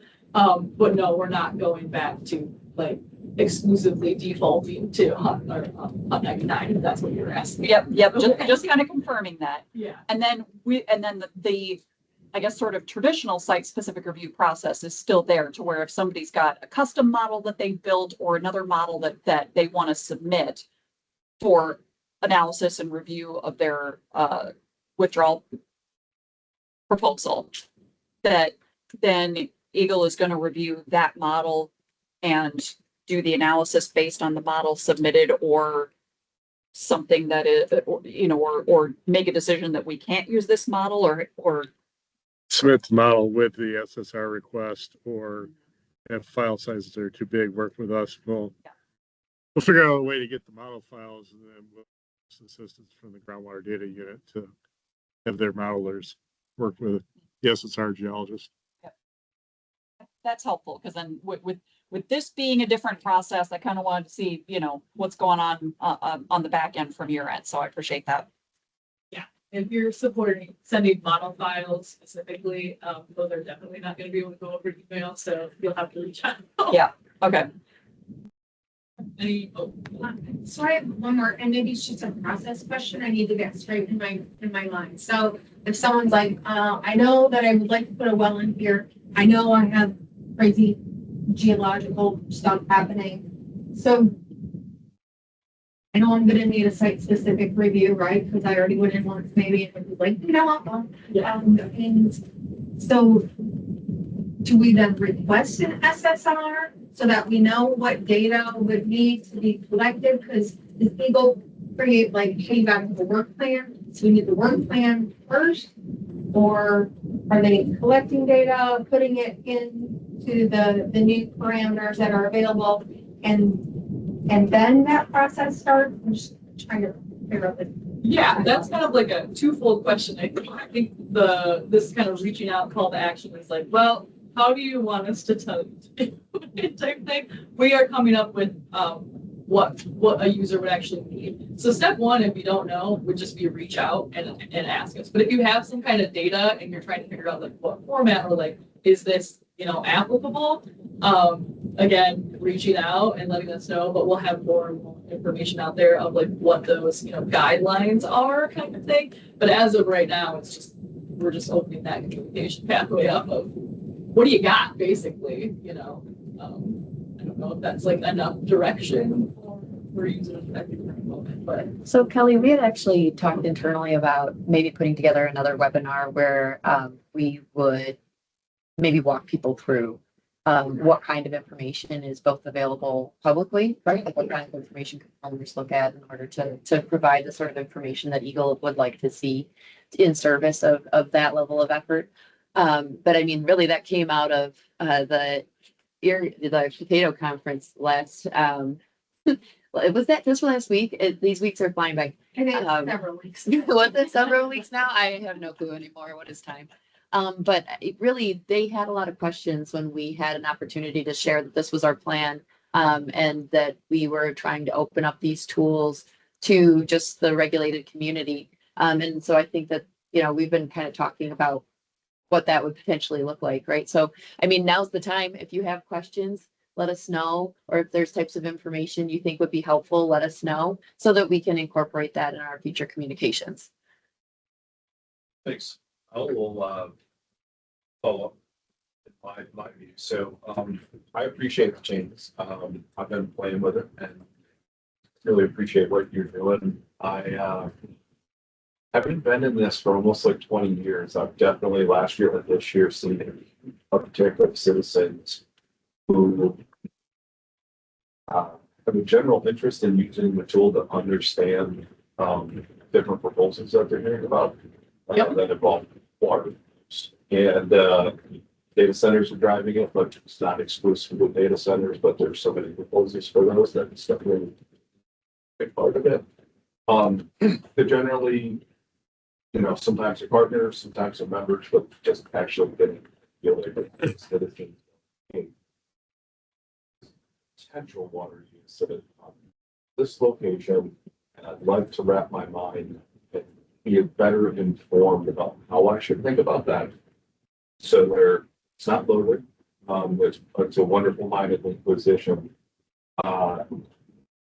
Doing my best to assist and sort of navigate people through that. There's certainly, as not somebody seeking to register, there's certainly a couple of quirks that I'd love to follow up with you. Just, people like to know, like, which watershed am I in? What do we know about that? What are the neighboring ones? What's the universe of like streams? After that, it's a little bit of like miniature sensitivity analysis. Should I be concerned if they say 400 gallons a minute? Should I not be concerned unless it's 1,000? So there might be some outreach on that. But the key thing, and I know it's not in your hands, but if there's any upper administrators within the state listening to this meeting, my login requirement is an accessibility thing. I was concerned it would be. Confirmed to myself it is. I get it for the registration part because that's where we're going when we really all the registrants information. But for people who aren't seeking to register but to utilize it for knowledge gain, it's a heavy lift. and I'm a registered user for other purposes. I'm still just rejects my login and password 4 or 5 times every single time before it accepts the exact same thing that I started typing in the first time. Definition of insanity. So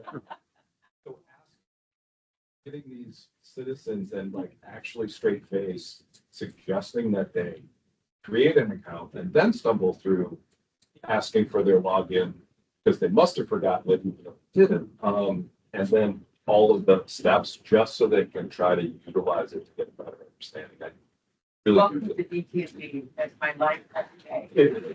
And I know it's, Right, Brian? They're all on our side. why don't we assume that it's not anybody in the responsibility? However, I'm just saying like, it's an accessibility barrier to citizens seeking knowledge about this program and what they're looking at and being excited. So that was my spiel. I know it's not anybody here, but I have to say out loud. No, I'm seeing this in accessibility. We have, as part of the like getting information out there, we've kind of talked about what kind of things we could offer outside of my login. And I would love to know what your particular users are like looking for to maybe we can fit into that in some way, shape, or form. I mean, like there's a bazillion GIS applications that we could maybe apply outside of my login. But again, all of this is just coming down to what do you guys need? Like, just let us know so we can kind of help cater to that. Yeah, and I remember when this conversation kind of started happening last year, we talked a lot about that. Like, okay, if we have to lock the registration information and all of that behind the My Login because DTMB is mean and tells us to do this, what can we offer publicly to someone who doesn't have to log in? Whether it's the, hey, we're going to update this monthly and put out like the ABCD water, water management area map, or we're going to do other things. So I will second Brian's point that the more stuff that we can try to put out there for your general citizen or somebody who just wants to check out the situation without having to log in like they're going to register would be really excellent. And Brian in particular, if you've got folks who are like, I want to find out more about impacts from data centers, like if there's lists of things that they would need to be able to see to look at that'd be a good thing to talk about, like how much of this can we put out publicly. And I didn't go through it, but we did quite a bit of map updates as well. I was just trying to cut it down for time. Like, this is what the process looks like, but and again, it's agile approach. There's going to be more changes. So if anything there, you're like, oh, actually that helps with this. We'll just take that information and through whatever needs we have for the general public. So. We've done a lot. Good, thank you. Any other questions on this agenda item? All right, and we're gonna keep rolling, but if anybody line up for a minute, shake out or whatever, just feel free. It was a great insult to do it, but we're gonna keep going rather than take a break. Yep. Get everybody back. Yeah, go ahead. Okay, well, I'm going to present some metrics for the water use program for calendar year 2026 today, so essentially January. So that will include water withdrawal assessment tool and SSR registrations, our timeliness for site-specific reviews, update on permits, the pre-screening reviews that we do in support of Eagle Drinking Water, and then our compliance numbers. So to date, we've had 18 automatic registrations through the tool, and we've had another 18 SSR requests calendar year. So for January 2026 for the SSR, again, 18 requests. 4 of those were registered as Zone C. We had, at the end of January, we had 12 still pending. 2 were retracted by the applicant. 3 of those Zone Cs were late beyond the 10 days. Those of you who love pie charts, breaks down like that. So a snapshot of the SSR categories. Those were broken down. 10 of those fell into the desktop review where you would expect that you get it done in the first 10 days. Well, 10 desktop reviews, 1 administrative review that you would expect to be done within 10 days, 1 technical review, 4 hadn't been characterized by the SSR staff yet. And again, 2 were retracted by the applicant. The average number of business days from receipt to completing the SSR was 12.25. Cumulative trends, the top graph is the average number of business days, and the bottom is the percent of SSRs that were done within the 10 business days.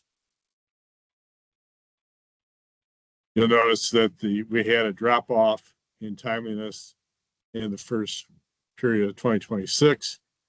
Contributing factors to the delays include the increased number of SSRs received due to the 2025 drought, which, based on the reports I've seen, that's the worst drought we've seen since 2016, at least, possibly even 2012.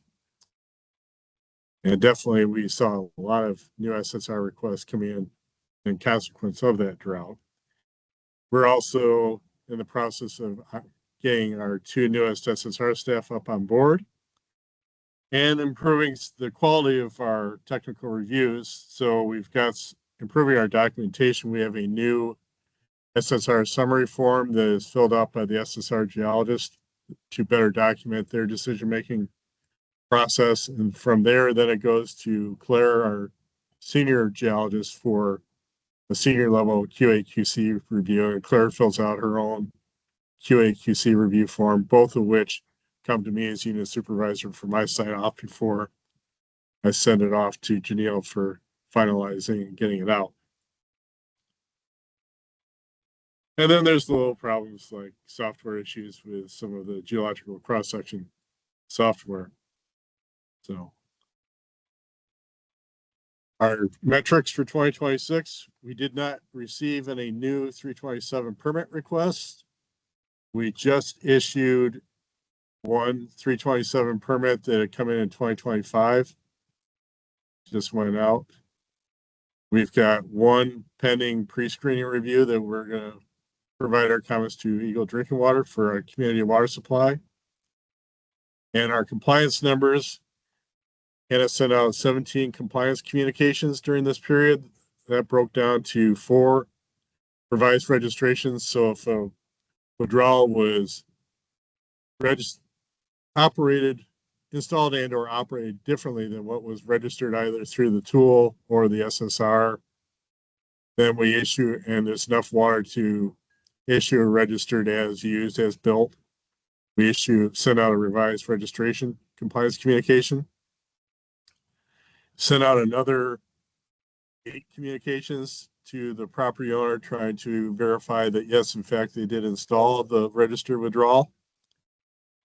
We had 2 compliance communications involving water use reporting issues, and then 3 after the fact registrations. So a previously unregistered withdrawal was discovered and there was enough stream flow to go ahead and register it after the fact. So we send that out with the registration and a nice compliance communication saying, by the way, you're supposed to register these withdrawals. So here's how you do that going forward. Any questions on any of that? Kind of on process. Since this council had kind of talked about and said we shouldn't make a statutory change, but we like the idea of if SSRs are not able to be done in 10 days, sending out a communication saying, hey, we can't get this done. We think we'll get it done in this time. Is in the office's experience with how those are going? Does that seem to be going well? Do we need to review that process? Well, SSR staff chime in. The expectation is that by day 10, in any event, the SSR staff will contact the applicant to let them know, okay,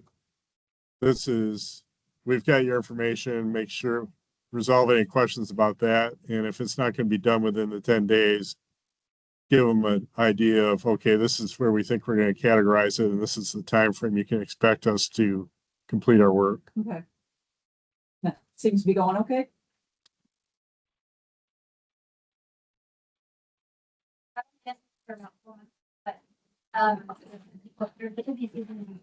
people are requesting a lot of cars to make them happen as well. Running out the growing season. I've only sort of experienced the busy season first, so I'm sure that, in the off season, in the summer, people aren't requesting irrigation wells, withdrawal as much because they're busy with their actual farming practices. That maybe the 10-day may be a much more doable thing, but yeah, we've been working on that. What we have set up as far as 10 days for the typical review, and then going for more technical review seems to be working okay. But let us know, feel free to reach out and let us know if you have problems, and we'll always be happy to speak to you. Okay. It's the water. Water use program at Michigan.gov.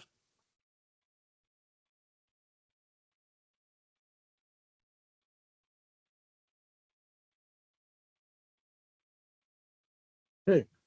Any other questions for Jim? The answer is fast, like numbers that you put up, you divide those into pre-2008 and post. So they're either coming off of the existing available water or in the record before, or they all go to the new. Yes, we divided out. It was installed before 2008, and then we treated it in basket. Yeah, the approval requirement for those private. Yes. Thank you.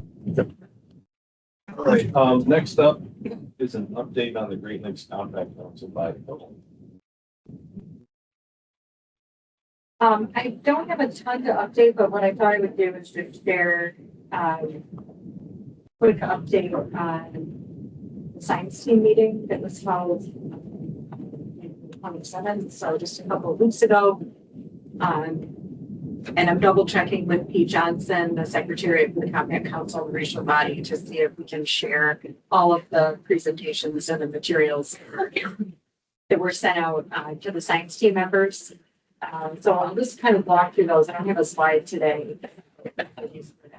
And I won't necessarily always, I should have it, I won't necessarily always have an update to do with these meetings, but when there's something to share, I'll try to pass it along. But we did have a full day virtual science team meeting, and sits on that meeting, or that team, as well as Jim and myself. And that's a lot of the technical staff, as well as the appointees to the Compact Council and the regional body. And we have virtual meetings once a year, and then an in-person meeting in the summer months associated with the in-person Compact Council regional body meeting. So that's usually in June. And so we have the opportunity to put forward presentation topics or request topics and speakers at those meetings. But it's one of the ways that we continue to try to share information across our state provincial water use programs, share research, share advancements in our programs, challenges. And so it's actually created a really nice forum. It's a great relationship building and knowledge exchanges across the region. Was excited to have Lena actually present at our last science team meeting. But just I'll run through just some things that were on the agenda, and then we'll follow up with the council if we're able to share all those recordings. Some of them are posted to the water of the regional body Compact Council website, but a couple of them are indicating that they are. So before I go rogue and pass out all these things, I want to make sure it's okay to share. But part of our standard meetings with the science team, as well as the Compact Council of regional bodies, that we get an update from the Great Lakes Commission on water use reporting data and projects that the commission has undertaking. James Palladori is their senior program specialist who handles all of the water use reporting data that each of the jurisdictions submit back to the commission to report as one of their requirements under the compact. So he gave an update on a project that's been underway by the commission, where they created a dashboard on Great Lakes agricultural commodities grown in the region. So it ties to some of the work our Water Conservation Efficiency Committee has been interested in, really understanding trends and water use, kind of looking out and seeing if those trends may continue into the future from different types of water uses, solid commodities, and perhaps really different areas changing over time. How is water use changing? So the commission got some Joyce Foundation funding, actually got 2 phases of funding. The initial phase created this dashboard that's on the Great Lakes Commission website. It's not sure if it's final, but in a final form yet. I know Andy's. Right. Andy's been participating in this project to provide information as well as Tyler Baird may also be behind me right now. Dr. And Dr. Laura Johnson from MDART from the Science and Research Office. So we've had some Michigan participants as well as our Great Lakes Commission delegation, but they've created this dashboard to show information on cropping practices and changes over time, water use trends. And so the results of that first phase were presented to the science team. And that's part of a larger body of work that the Compact Council and regional body are doing to understand just water use trends in the region. And there was another project presented later in the afternoon by Dr. Bergman-Hall, who's a professor at the University of Michigan, through the School of Environment and Sustainability.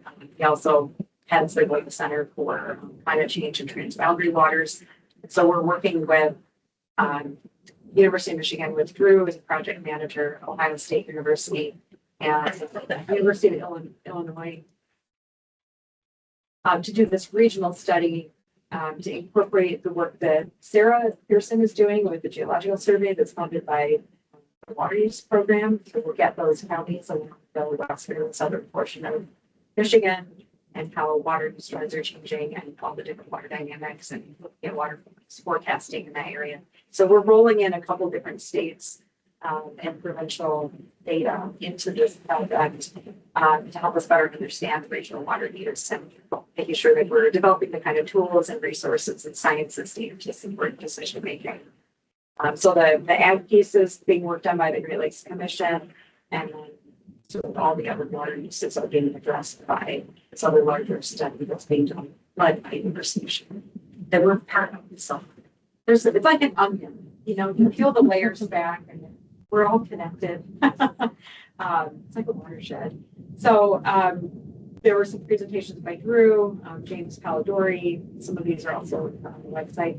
Lena gave a great overview. It was a really tremendous opportunity. People have been interested in all the investments that are happening in Michigan in their water use program. So she gave a speed round of short presentations, all rolled up into one on highlighting a lot of the individual projects that water use program and implementing. We also heard from the USGS on an update on a bottled water study that they've been leading. That was with Martha Nielsen, a hydrologist. We had some presentations by a number of tech companies. So we had Amazon, and there were some discussions on data center water usage, cooling technologies, reclaimed water use. So there were a couple of short talks on that. Not as much data. There's a lot, small pieces of information. There's a lot more we were looking for, I think, that we're hoping to get with further work that's being done. And then finally, we had a presentation by Bruno Piggott. He's the executive director of the Water Reuse Association, also a former Great Lakes commissioner. So I've worked with him over the years on the commission. And he's now leading that organization. And we've been working as a science team, also as a commission, to understand how the kinds of opportunities that are before us in the region to look at non-potable water reuse and appropriate applications. And that's something we talked about in our committee this morning as our workshopping ideas for the next body of work for the committee. So those are some of the talks that we had. I'm just looking at my notes. I thought we also had, I think it was touched on in Drew's presentation, but another study that was funded by the Joyce Foundation through University of Virginia. We've had a researcher presenting at Compact Council meetings last summer, again this past winter, and then the science team came more information shared on that study and the results of kind of looking at data center trends across the country. Where are they moving? There are lots of different types of data centers. They use different quantities of water. They have different circulating systems, and which means so there's that study I think is on the street now. Is going to just double check it. I think I just got it through the Great Lakes Commission. So Some of these I think would be good presentations to bring back and plan for on future agendas of this council to help share that work that's happening regionally. So we're not duplicating efforts, but also just to create some shared knowledge. Lena, is there anything else that you want to share? No, I thought you did a really good job. You know, I think it really comes back to what you were looking for through the implementation committee, right? Like you had said before, and, you know, even just listening to us sharing over these last couple of council meetings, I mean, there's been a lot of change, right? There's a lot of change. There's a lot of things to keep track of. Michigan did make a rather sizable investment in groundwater in this program going forward. And so, you know, we're responsible for executing that. But you know, I don't like whiplash any more than anybody else. So I look forward to kind of circling back around with the implementation committee and maybe sharing that presentation that from the science team meeting that, you know, I think was a good summary, right? And when you have to start lumping things together, you know, multiple studies onto a single slide so that you can make it through in a half an hour, it just kind of sets the tone, right? Like it helps kind of put in perspective just how much is going on right now.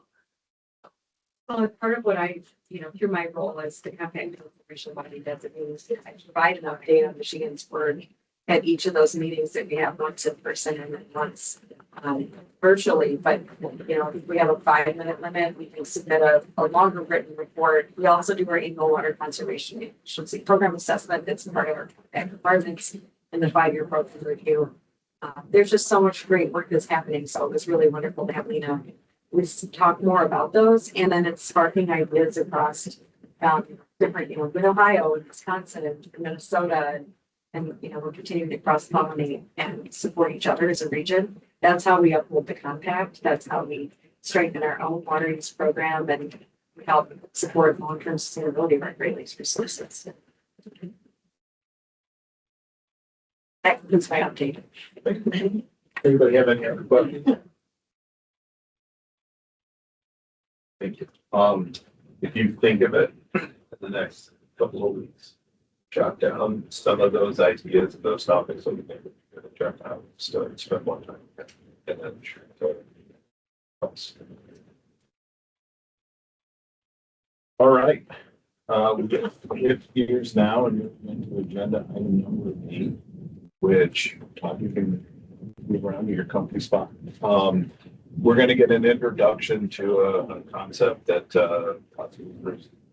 developed with partners about water districts, and I won't wander too far, but essentially it has a lot to do with this program, has similarities and contrast points to things that you've heard about even today being worked on, and we just wanted to give you the opportunity to introduce it, at least for the first time, and we'll figure out where to route it for deeper discussions in the future. But for now, the floor is yours to introduce us to this concept.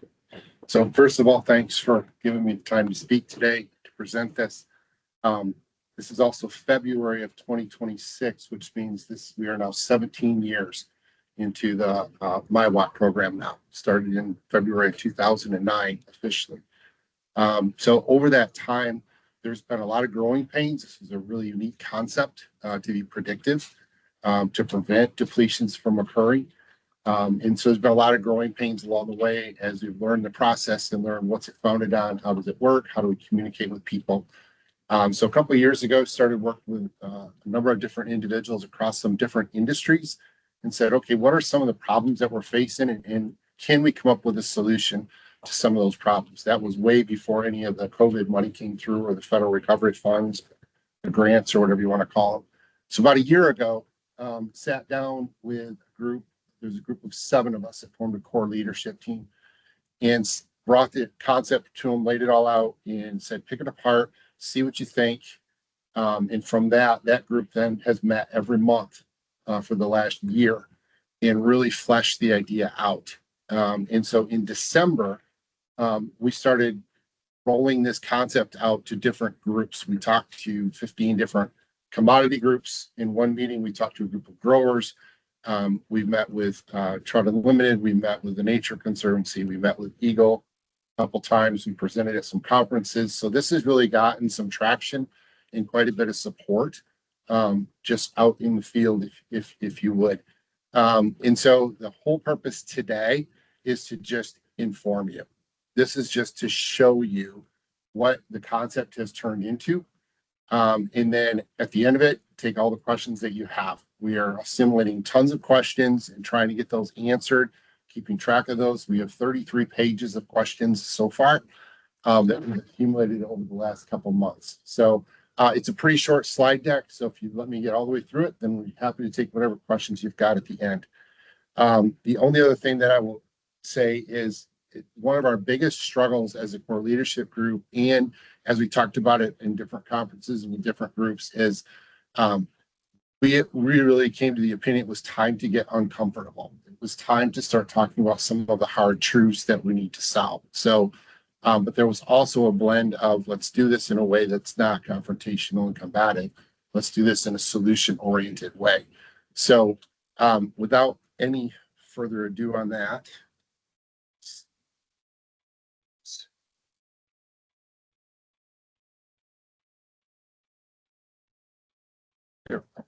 so these are some of the core problems that were identified with the MIWAT process. It was perceived and is perceived that the screening tool is a screening tool. It's not a tool to be used for site-specific reviews. And so it's oversimplified for really complex geology. So that was a major issue. Another major issue was just there was a lack of data. There was a lack of verification data, whether it's geophysical logs or aquifer performance tests or water level readings or stream gauges, stream temperatures, stream bed connectivity. Another issue that we hear a lot is that, you know, we're at a point where we're quote unquote running out of water, where there's a allotted amount of water in each watershed, and that volume of water has been decreasing over time. We're averaging about 400 new large quantity withdrawals registered each year on average.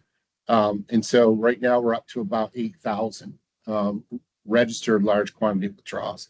And so for sure, over that period of time, since we're not putting more water into the model, that amount that's left is shrinking. And we're getting close, I believe, to a point that's going to be more of an issue.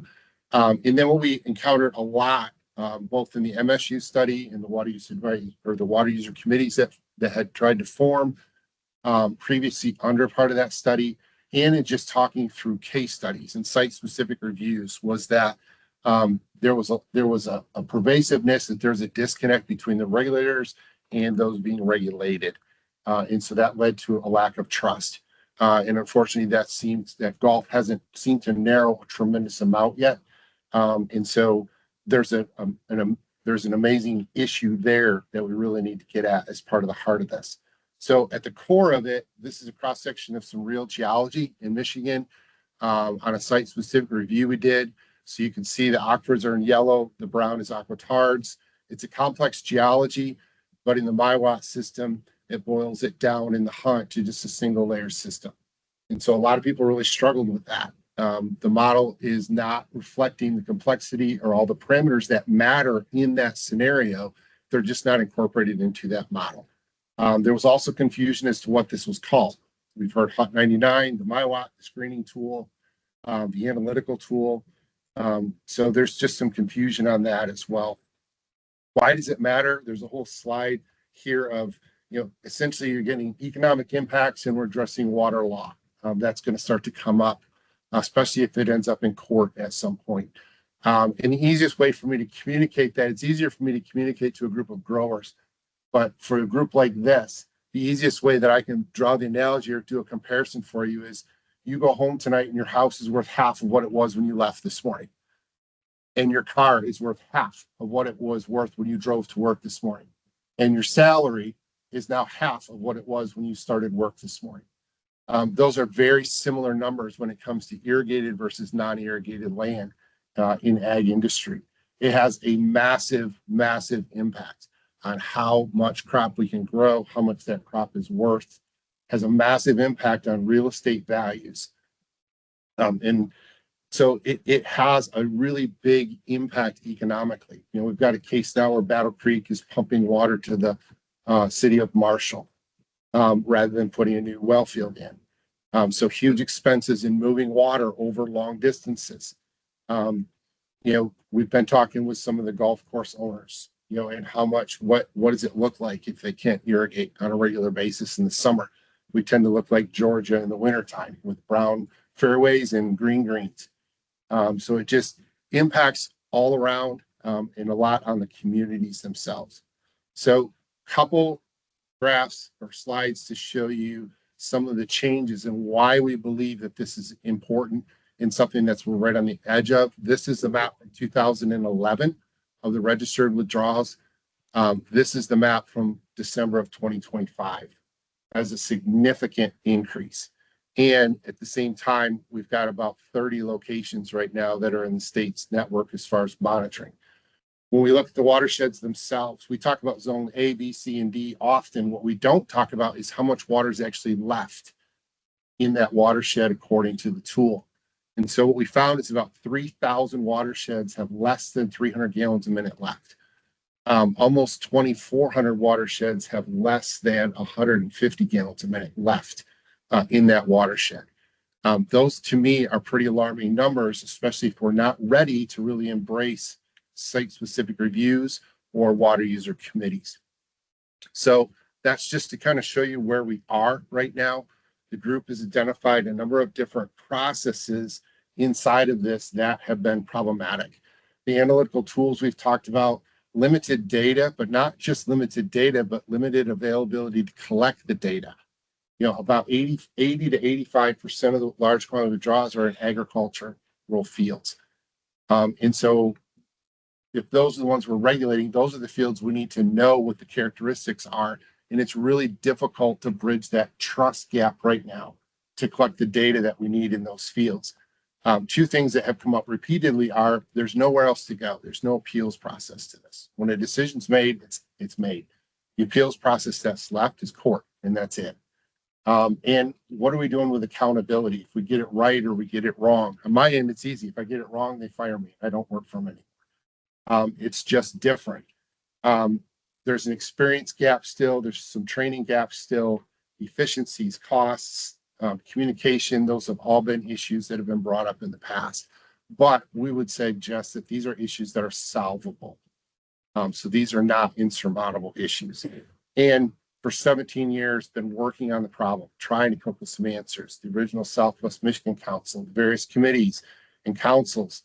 We look around the room today. How much does it cost for all of us to be in this room for 4 hours today? That's a lot every time we meet. And I've been at a couple hundred meetings like this.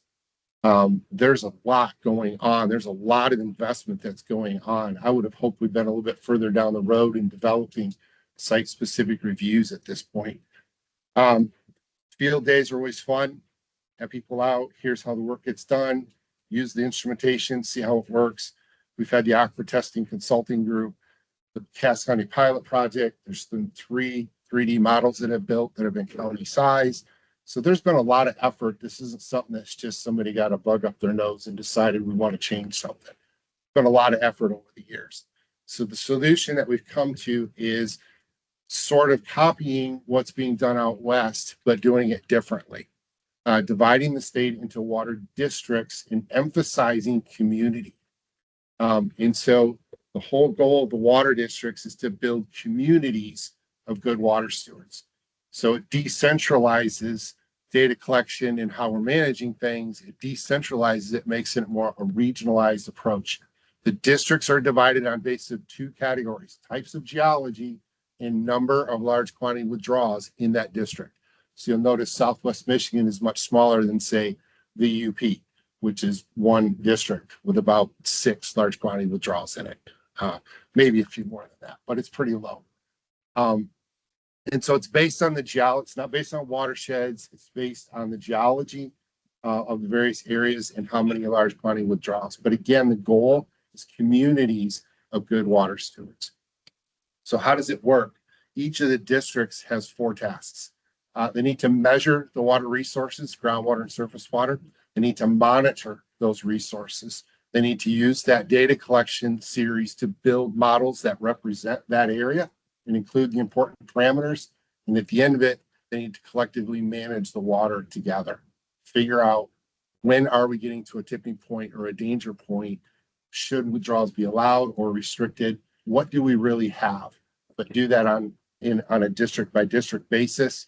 And that was really going to lead us into data-driven decisions. That was one of the big things that came out in water user committees that were forming, was prove to us that there's a problem.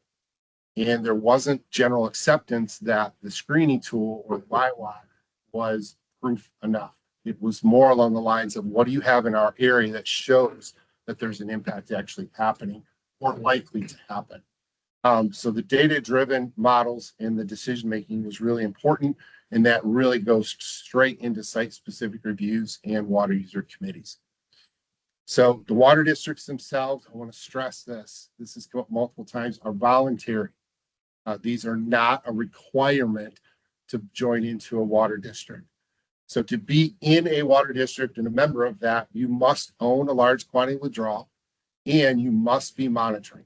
You have to pay for your monitoring of your system. That's the requirement to be a member. The districts themselves will each have a board of directors. The directors have an additional requirement. They have to live in the area, in that district. So you can't have absentee landowners trying to help manage watersheds in a different state or at a different end of the state. So they still have to own a large quantity of withdrawal. They still have to be monitoring, and they have to live within that area. The funding for this comes from the monitoring. It's set up very similar to what we've been doing since 2009. Same type of pricing scale, same type of work that's being done. So the funding is a proven way to get this done for the cost that's going to require. So with all of that as sort of a really long introduction, this is how the system will work. So currently, if one were to file for a site-specific review, you'd get a feedback from the tool that says, hey, it's a yes or it's a no. If it's a no, you could ask for the administrative review. The Eagle staff is doing a great job. You saw the metrics again today, right around that 10-day period for desktop reviews. Doing a great job on the course level screening tool. Okay, if it does not pass that, now you can go to the technical review, can submit data, or Eagle staff may go out and measure something in the streams and try to get some other local data, may look to bring some other things in. There's a new interface that we heard about today. But at the end of the day, a decision is made, yes or no, in that review process, and then that decision is final. So that decision's made and it's final. The only recourse, if you're not happy with it, is to go to court. So what we're suggesting is an off-ramp at this point. The off-ramp would be the water districts. So we've got the 6 districts around the state. Each of those districts would have a hydrogeologist employed either on staff or subbed out. And they're doing the measuring, monitoring, modeling, the management side of things, building models on watersheds that need it, not building watersheds models everywhere, not trying to build one model over the entire district. We felt very strongly as we looked at it, we shouldn't be building models for this that are larger than a county size. Should be within a county size. And you only build a model for a watershed that needs it. These would only be built as needed. Okay. The beauty of it is that the monitoring network's already been there. It's already been established. There's data already there to build the model with. The professional would build the model, bring it back and say, yes, on the new applicant, this one should be or shouldn't be allowed, gives a recommendation to the board. At that point, the board then sends the model and the data from the model and the recommendation onto a peer review board. We should be getting our models peer reviewed anyways, but this would be a peer review board of at least 8 modelers, all groundwater professional modelers, guys that know what they're doing with this stuff. 2 of that review board would be Eagle staff, brought in before any recommendation is even submitted yet. So Eagle staff would participate in that review process, and then you'd have 6 independent reviewers. The guy who submits the model cannot be one of those reviewers. Obviously can present it and talk it through, but is not one of those reviewers. The modelers can come from the other water districts, or they could come from out of state. It just needs to be a qualified professional modeler to review it. That peer review board, if they reject the model, goes back to the district. The district can make adjustments and send it back. But once it clears that review board, a recommendation then is sent on to Eagle to either say, yes, here's the information two of your staff have seen it. Here's the model, here's the data, here's the recommendation. In no way is the district making the decision. The decision-making and the authority still resides with Eagle. The districts are simply providing a recommendation based on the data, the modeling, and the peer review board.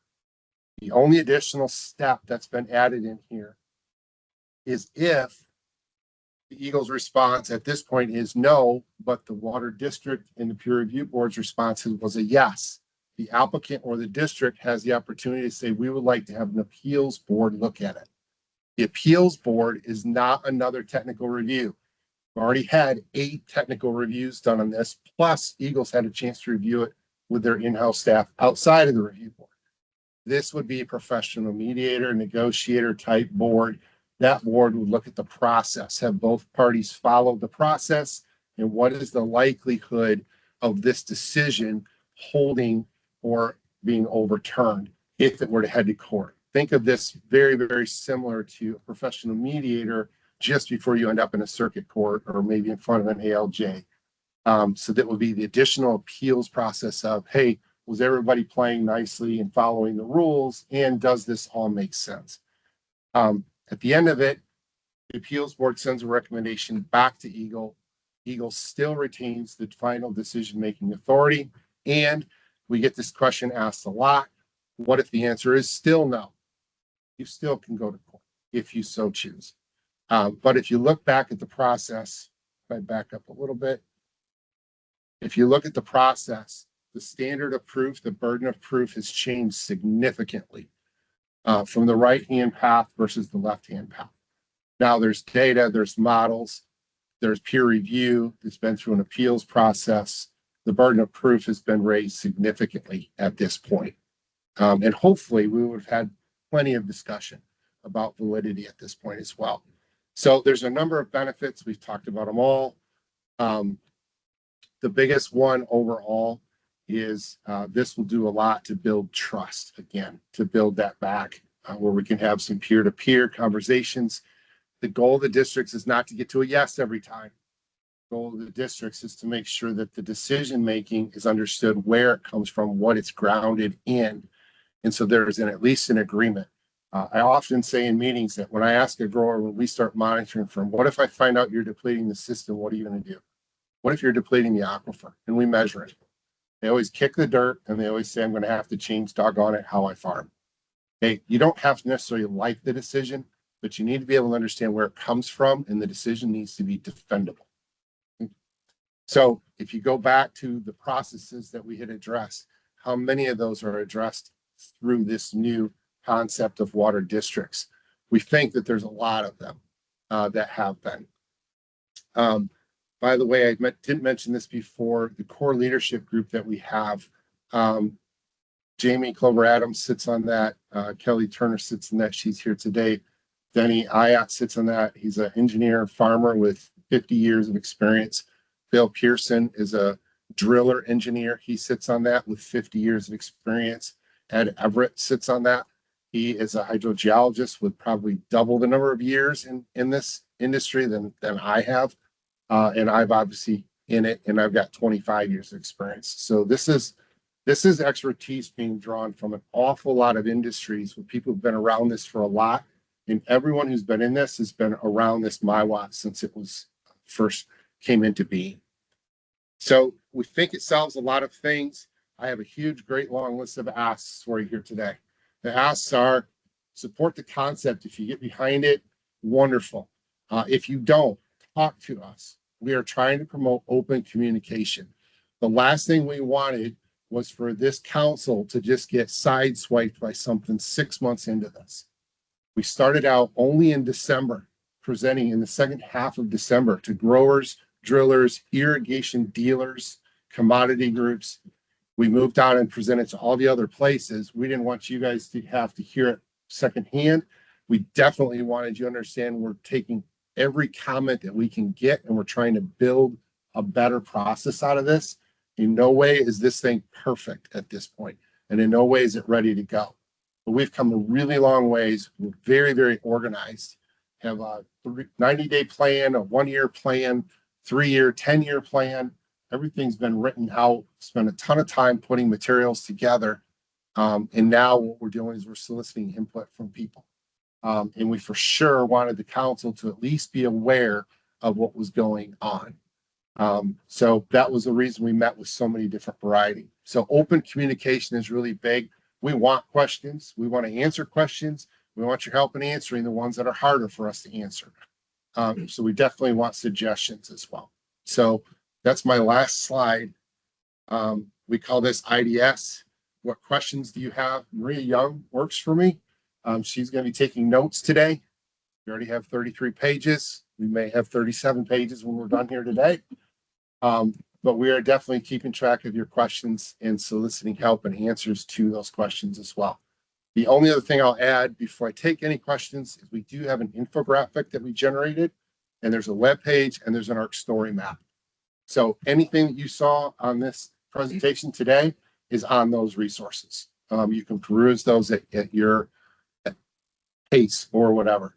And we are always open to questions and comments, even if they're not so friendly sometimes. We just want to get them on the table and deal with them. So with that, any questions I can answer for folks? Stay put for a second. Stay put right there. So here's how I'd like to do this. 3:23. I want to go for 10. Up to 15 minutes of questions. I know that we have an unusual amount of guests, and so I want to make sure that we are good and respectful of leaving time for public comment. So sorry. Yes.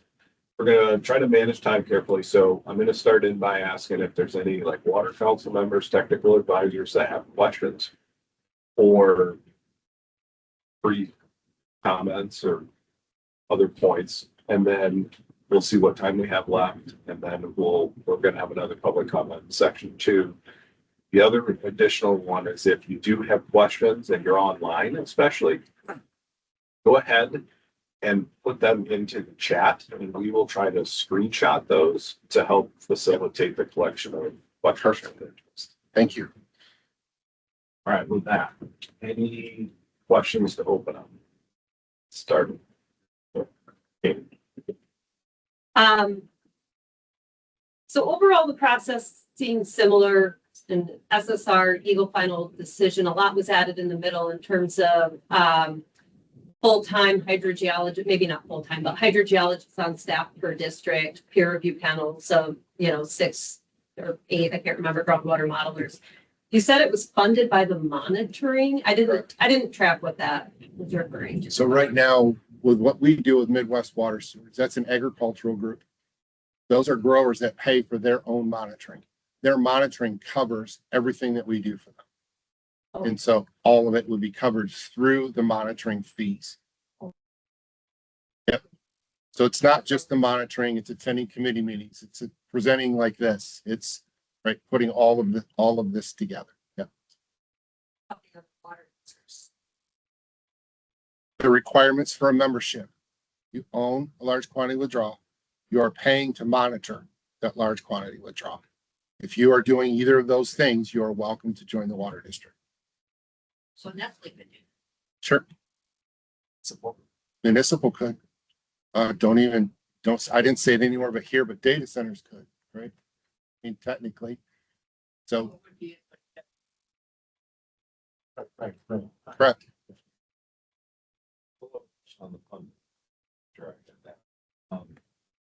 you say following, it's almost the same question. I'm just looking for clarity. Funded by monitoring. So I see in here there's sort of just meeting coordination. Yep. There's model development there. So beyond monitoring, there's the model development. I see potentially 8 to 9 in workshop.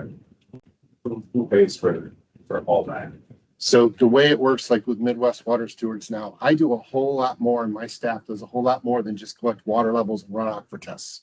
A whole lot more. So when we charge a fee to monitor a monitoring well for the year, everything else that we do is built into that fee. The same structure is what's being proposed. If you have a large quantity withdrawal and you put a monitoring well in, the fee for monitoring that well has to be high enough for everybody collectively then to pay for all the work that's being done. So a municipality that's paying for its own monitoring would fall into that. So it's a great question. And I'm going to preface this. This is me being one of the hard truths, right? In a group this size, every single one of you is going to find an exception to this rule. Every single one of you can find something that's not going to fit. So what we need to do is be creative when we run into a special circumstance. How do we make an allowance for that? Okay, and that will be a district decision on how to do that. So if the public entity is paying for their own monitoring, if they're providing the data into the monitoring network, they are, correct? Ottawa County. Certainly. Yep. So I really like the regional approaches, those districts, those are interesting, and it, you are trying to address some of those boxes of getting technical people together, the water users groups, and so I'm following that, and I like the arbitration. So that those are all great things. Just from representing the water municipal water users, there's also the Safe Drinking Water Act that is the layer that when we go and do our applications to Eagle, we don't get an appeals process because they're going through all of that. So anyway, I would be interested to see how that fits within the SOL structure. That's all. You're welcome to put it right into the drinking water stuff. Go talk to the public water supply.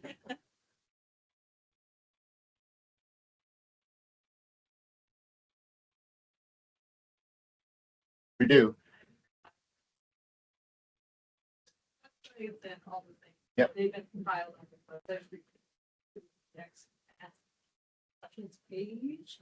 We have not done that yet. Remember, we started doing the very first presentations in the middle of December. And so we've come a very long ways already. And so we're actively compiling those as we go. Eventually, those will be communicated. A lot of that stuff, a lot of those questions, especially in the first meetings, have been built into the process. We've made some adjustments already. So they've already been answered. And some of them are repeat. And so at some point, yes, I would envision that, but we're not close to that point yet. Yeah.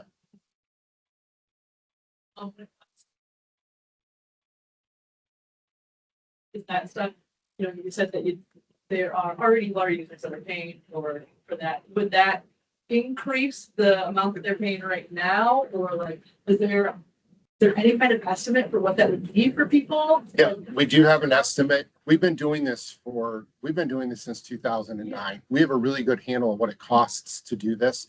The additional costs, as Brian was alluding to, there's some additional ones here with if it goes to a peer review board, which is a big if, right? Because we have to have a bad watershed first. If it goes to the appeals board, another really big if, you got to get through that entire process first. These things are not going to pop up overnight. They're not going to be established instantly. These are going to grow organically as they come. One of the questions we get asked is how soon could that happen? Because people want to know how much it costs. You could do the same pay structure that we're doing right now in Midwest Water Stewards and start a district. We got 299. We have 199 active monitoring wells in Michigan right now. There are several water districts that could form already with a big data set already.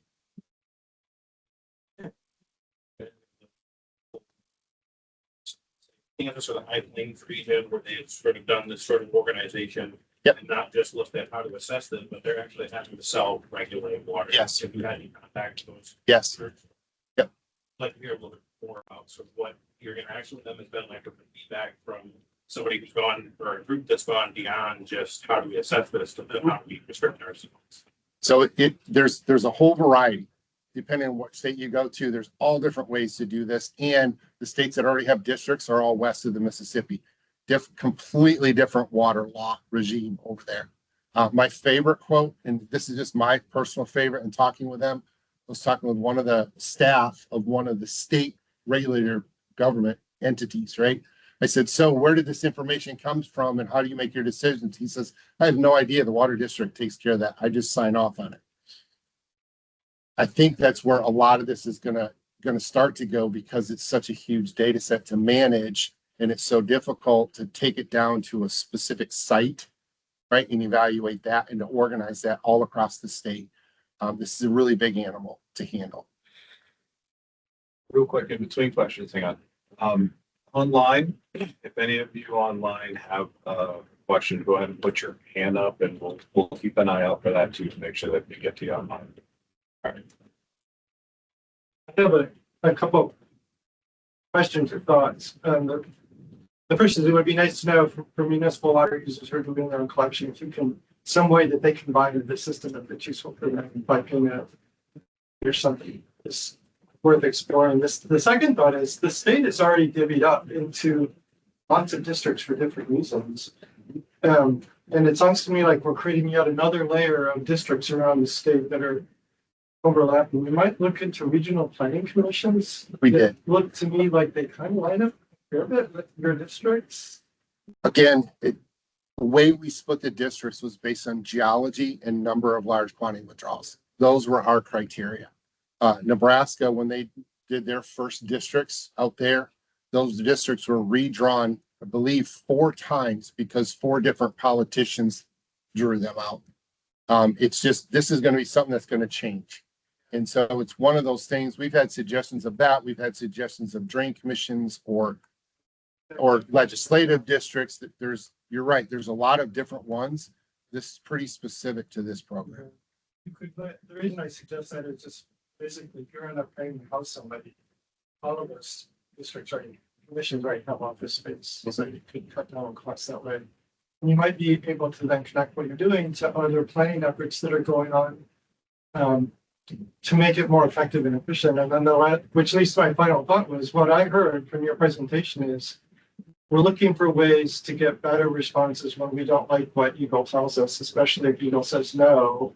What I didn't hear is, this is a good way to ensure better stewardship of our water supply, and that we're not going to continue draining our aquifers, ironically one of the most water-rich places in the world.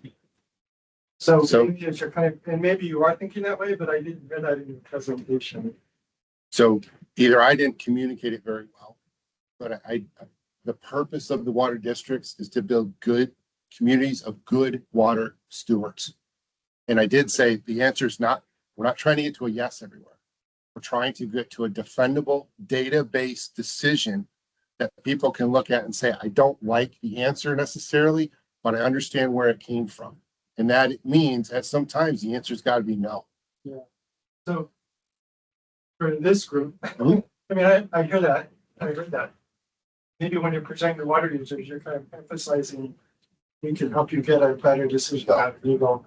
But the stewardship issue, this is a better, I'm all for it. Let's come up with ways to better steward the water. That makes a lot of sense. Particularly for the water pumps, and I think it's worried about that. So that's just a thought. I'll make sure to stress stewardship a little bit more going forward, but it definitely is the heart of this group. One of the things about the core leadership group that was put together, each one of those members was selected. One of the characteristics of those members is that they're unselfish and that they're solution oriented. That's the core group of people that's leading this project out.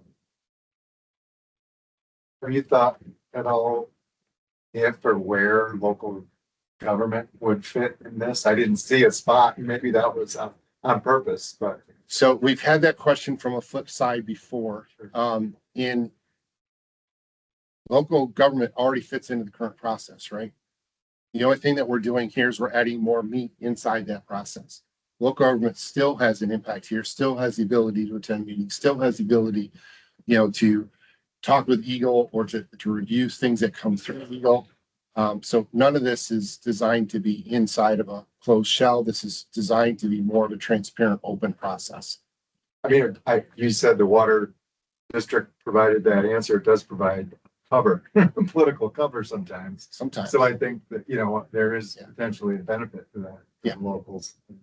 Depends on what your position. One of the nice things is with the districts, especially if you're broken it into regional, rather than Eagle trying to communicate to the entire statewide, the districts are communicating to their district. The communication networks will be improved as well.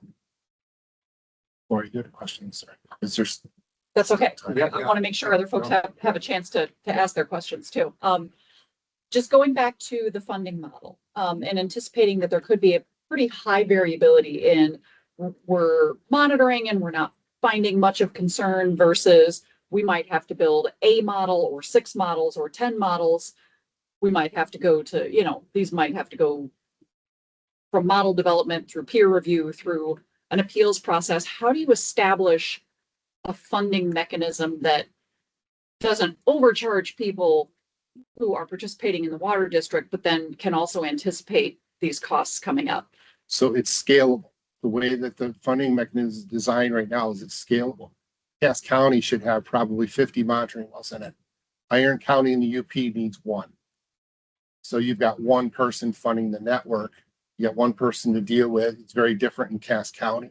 And so the more monitoring that goes in is, if we need a tighter model, we need more monitoring to go into that model. Okay, so it's all scalable. As we need more, that funding is designed to expand to cover those increased costs. Does that make sense? Mm-hmm. So we designed it to be scalable rather than this district is this and this one is this.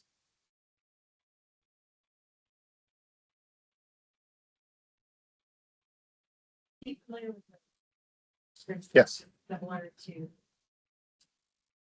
This is similar to all the water districts. There's pieces, this is a Frankenstein, if you will. This is pieces from all over the place.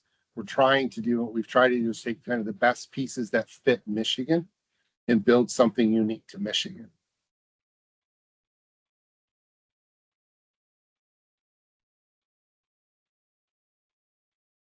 Yep. Yep, there's all kinds of those where they're quasi-governmental. There's some where they get state money and it's grant. The idea here is we're not stripping or even attempting to strip any authority or decision-making outside of Eagle. And this is putting the onus on the water users to collect the data that supports their water use. And so it's a different funding mechanism. All the rest of them essentially turn either into an assessment or a tax. And so there was a big push to try to stay away from that.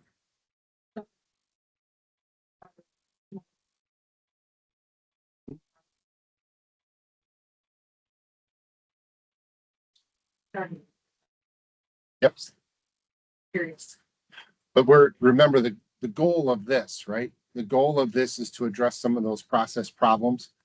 The four really major ones that we see and we hear about all the time are, we have a lack of data. We have a lack of models that fit the area for site-specific review. We have a lack of an appeals process. We have a lack of accountability. Those are the big ones that we hear over and over and over again. There's others that are embedded, but those are the really big ones. A lot of this comes down to standards for acceptance models. Suitability criteria for this purpose. And I'll do my best.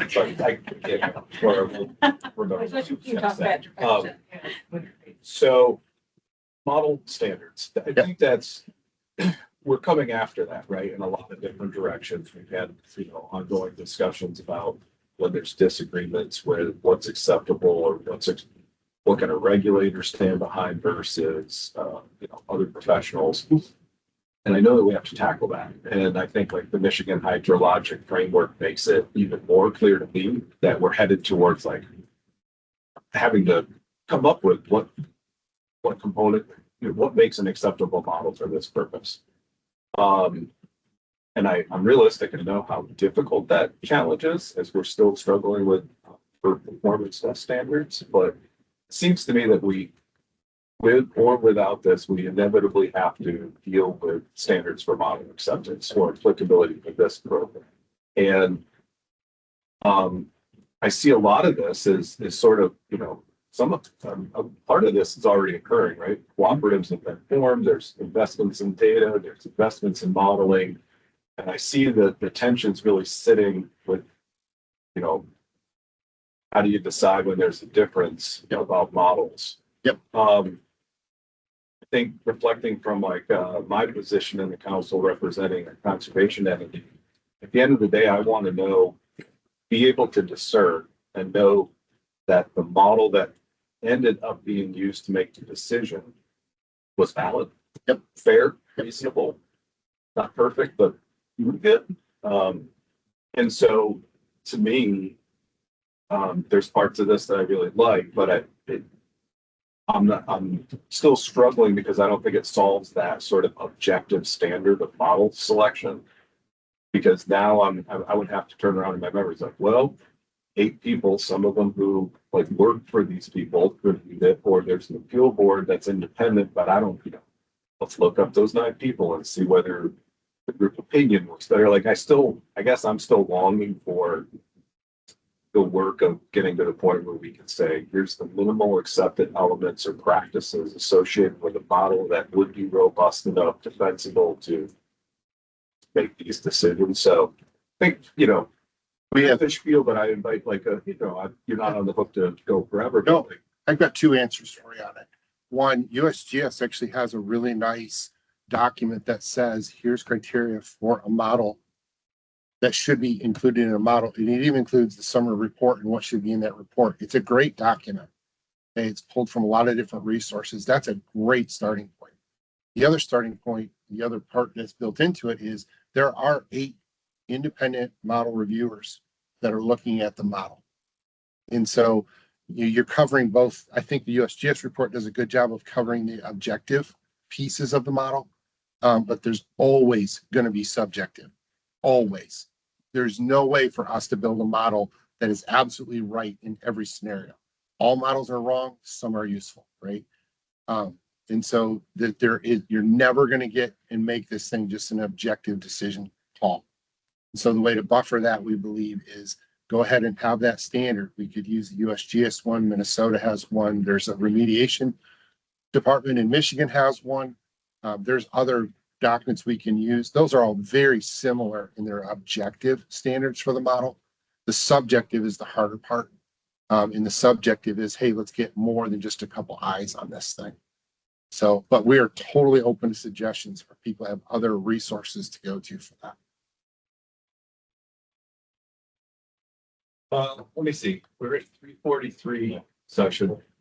Probably pause for now, unfortunately, and leave time so that Pat can lead us through the rest of it. And leave time for open comments. So also if it does that, we'll circle back in and people can, if you had other questions, you could add them right there.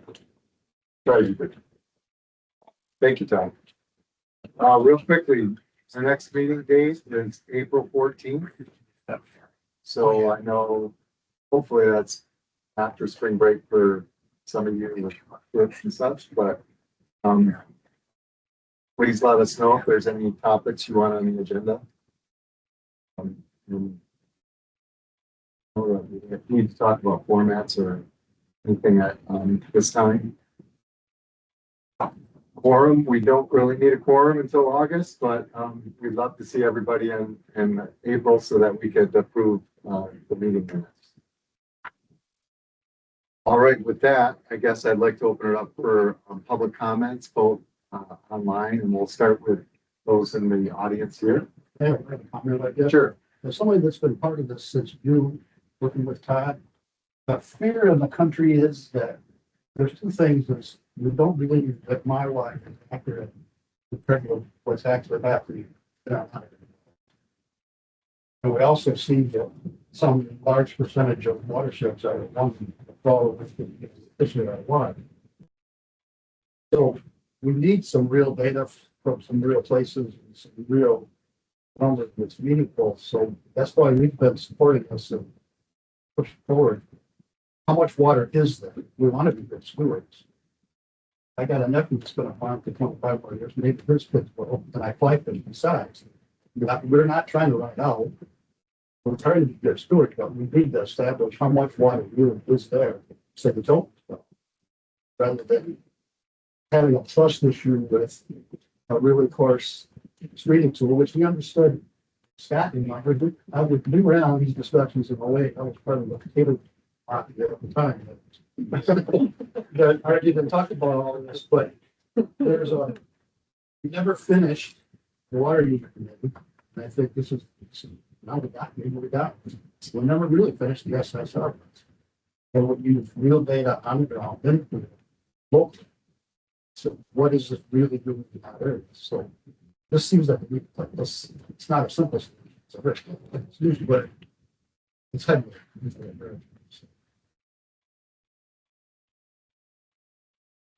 Anybody else that has, that fear of erosion? Anybody? Just general comment, Yeah, yeah, speak about it. concerned with the perception of the current system has created the Michigan's out of water. And I talked to Andy probably more than anybody else in Eagle. He still hasn't shown me the watershed that has this decline. I'm familiar with the pertinent of the watershed homeland on it, on the prairie. And I don't see the 25% decline that's supposed to be there. Matter of fact, I still see like a 1.7% increase every 5 years. I'm concerned with the perception that we're making Michigan look like it's a desert when we actually have a tremendous resource. And by doing that, creating that desert perception, we're robbing ourselves of the resource that we could use in Michigan forward. Thank you. Sure. Scott Biggett, Lake Michigan Forum. I came to the meeting, I haven't been to a water use advisory council meeting in a couple of years. And just to say, first of all, from the first reaction, it is amazing the work that all of you are doing. And it's taken some from very simple beginnings, you stuck to it, and that's been wonderful. I am concerned too about, there was a guiding principle when all this was built. Michigan has a lot of water. And this inference, perception, as it's been said, that we're running out based on a calculator that was started at a given time.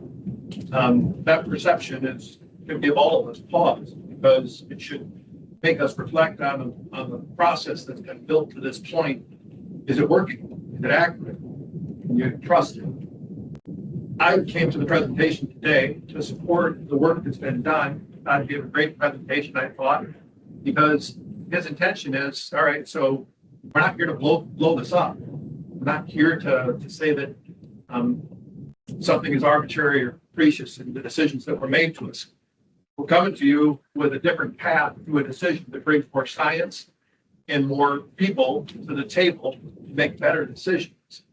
And I very much appreciated that process. And to Dr. Burrow's comment, the same thing can be said if we're concerned. We'd have trust issues with models, and we all do. Right, one wrong, but we do learn things from them. Ours built a bunch of them. And there's trust issues that go both ways. Whether it's the farmer that put a well in and doesn't trust the models that are being used to tell them no, or the models that are being used to bring data to a group to have them make a decision. We have some trust issues as a group, and I like this process because it brings more science and more people together to make better decisions. So congratulations. Thank you. All right, is anybody else here to have a comment or question? Anybody else in the council think of something? All right, I'm gonna make a call for anybody online. Oh, sure, go ahead. I think this is my own ignorance. I guess I'm confused on what the ask is of the council. Just knowing that you started by saying you're doing this now, you could form new councils now, you could always collect more data, you could always hire more peer reviewers, et cetera. Is it the appeals process? Like, am I understanding that that's the difference? Or like, well, I guess what's the ask of the council? Very, very simple ask. Either like it and support it or ask us questions about it. We don't have an ask of the council beyond that. The whole presentation, I said at the beginning, is just to inform the council about the direction that we're heading with this. So that's not blindsided from the field. Absolutely. Okay. Yes. Okay. But we want the input. There's a bunch of really smart people in this room. You know, if you see a problem that we haven't seen or you have a solution that we haven't come up with, we want to hear it. If you're willing to share it.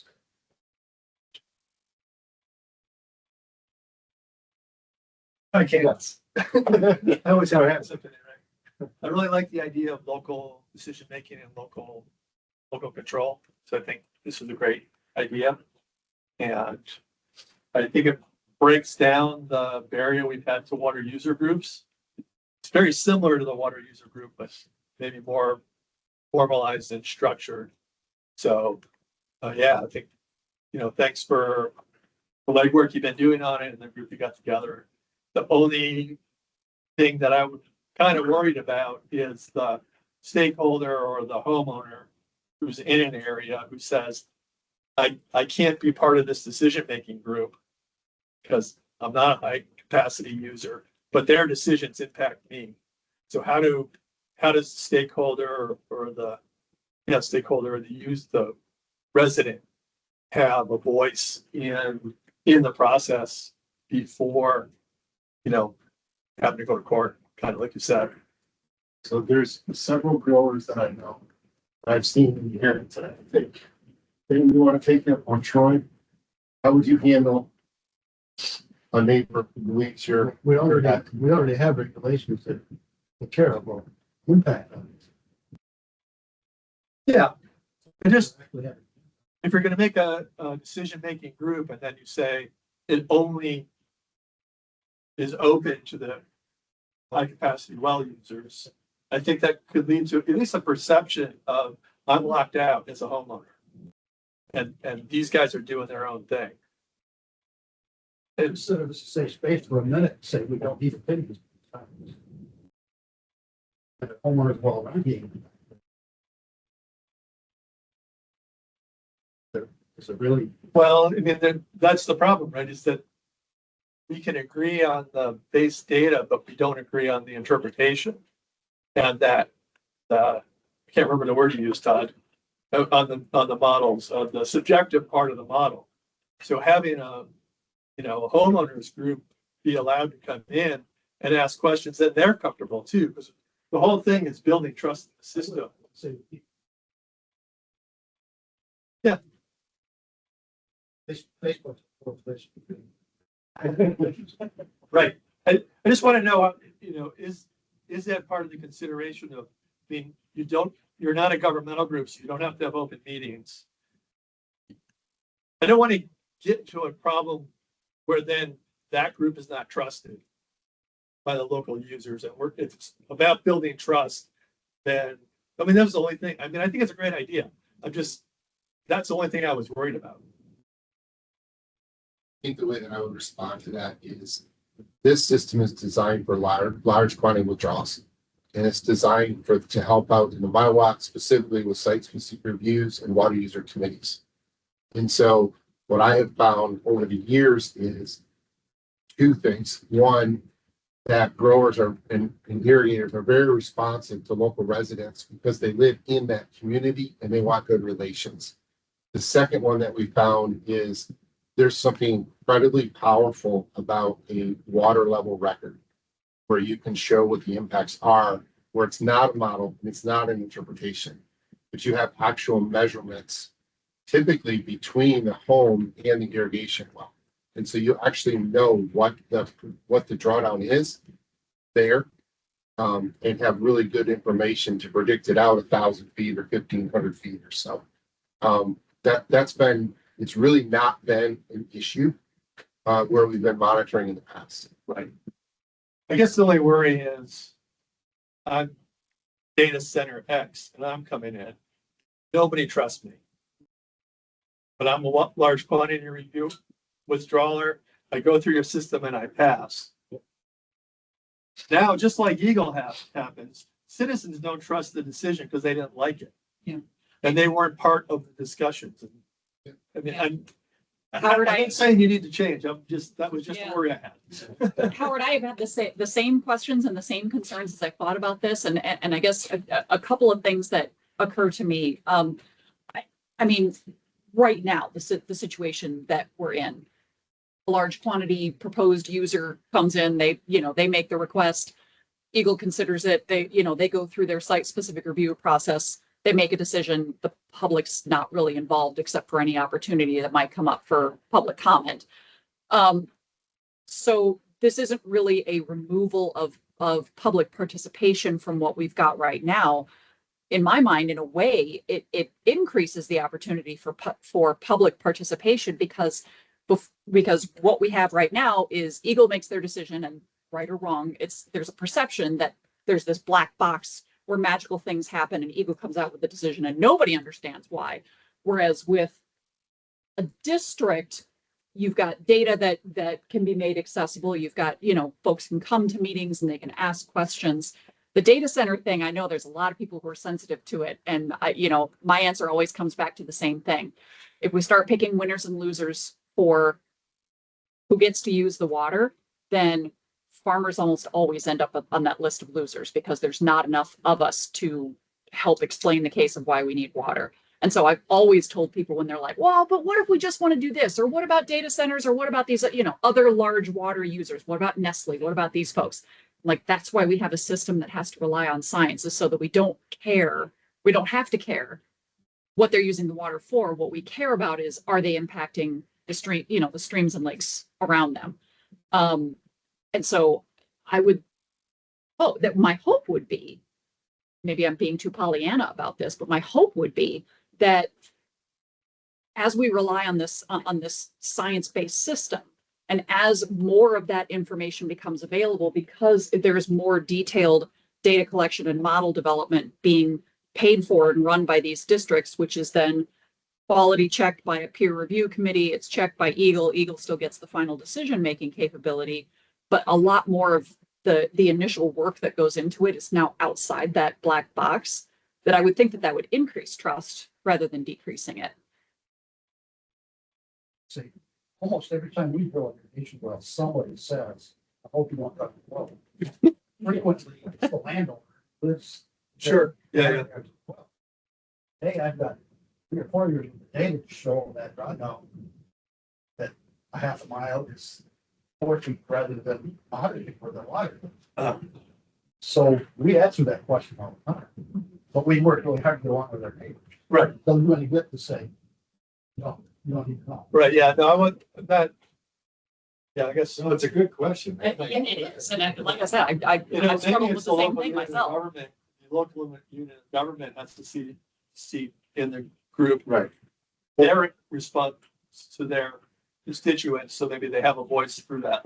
Well, where I was thinking, Howard, is there already is kind of a process where a homeowner can appeal to Eagle and say, hey, we have a problem with a large quantity withdrawal. So I don't know, would this board or a group be one way to, if they don't like Eagle's response, could that homeowner appeal to this group? So I don't know. There's your point is well made, though. I think is that you got to deal with public one way or the other. This, go ahead. More questions? I just keep talking. So Todd, you mentioned that, I like this plan, but you got it planned out with the, 1-year plan, 10-year plan, 3-year plan.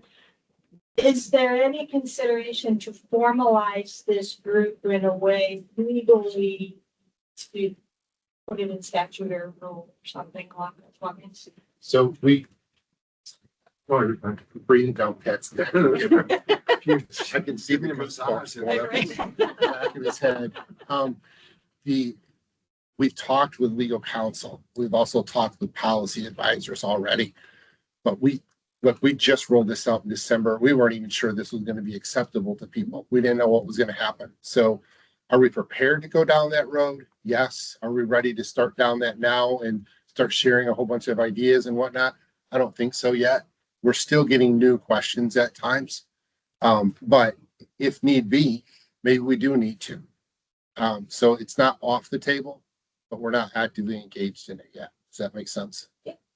So, my question was really, what's the next step for conversation?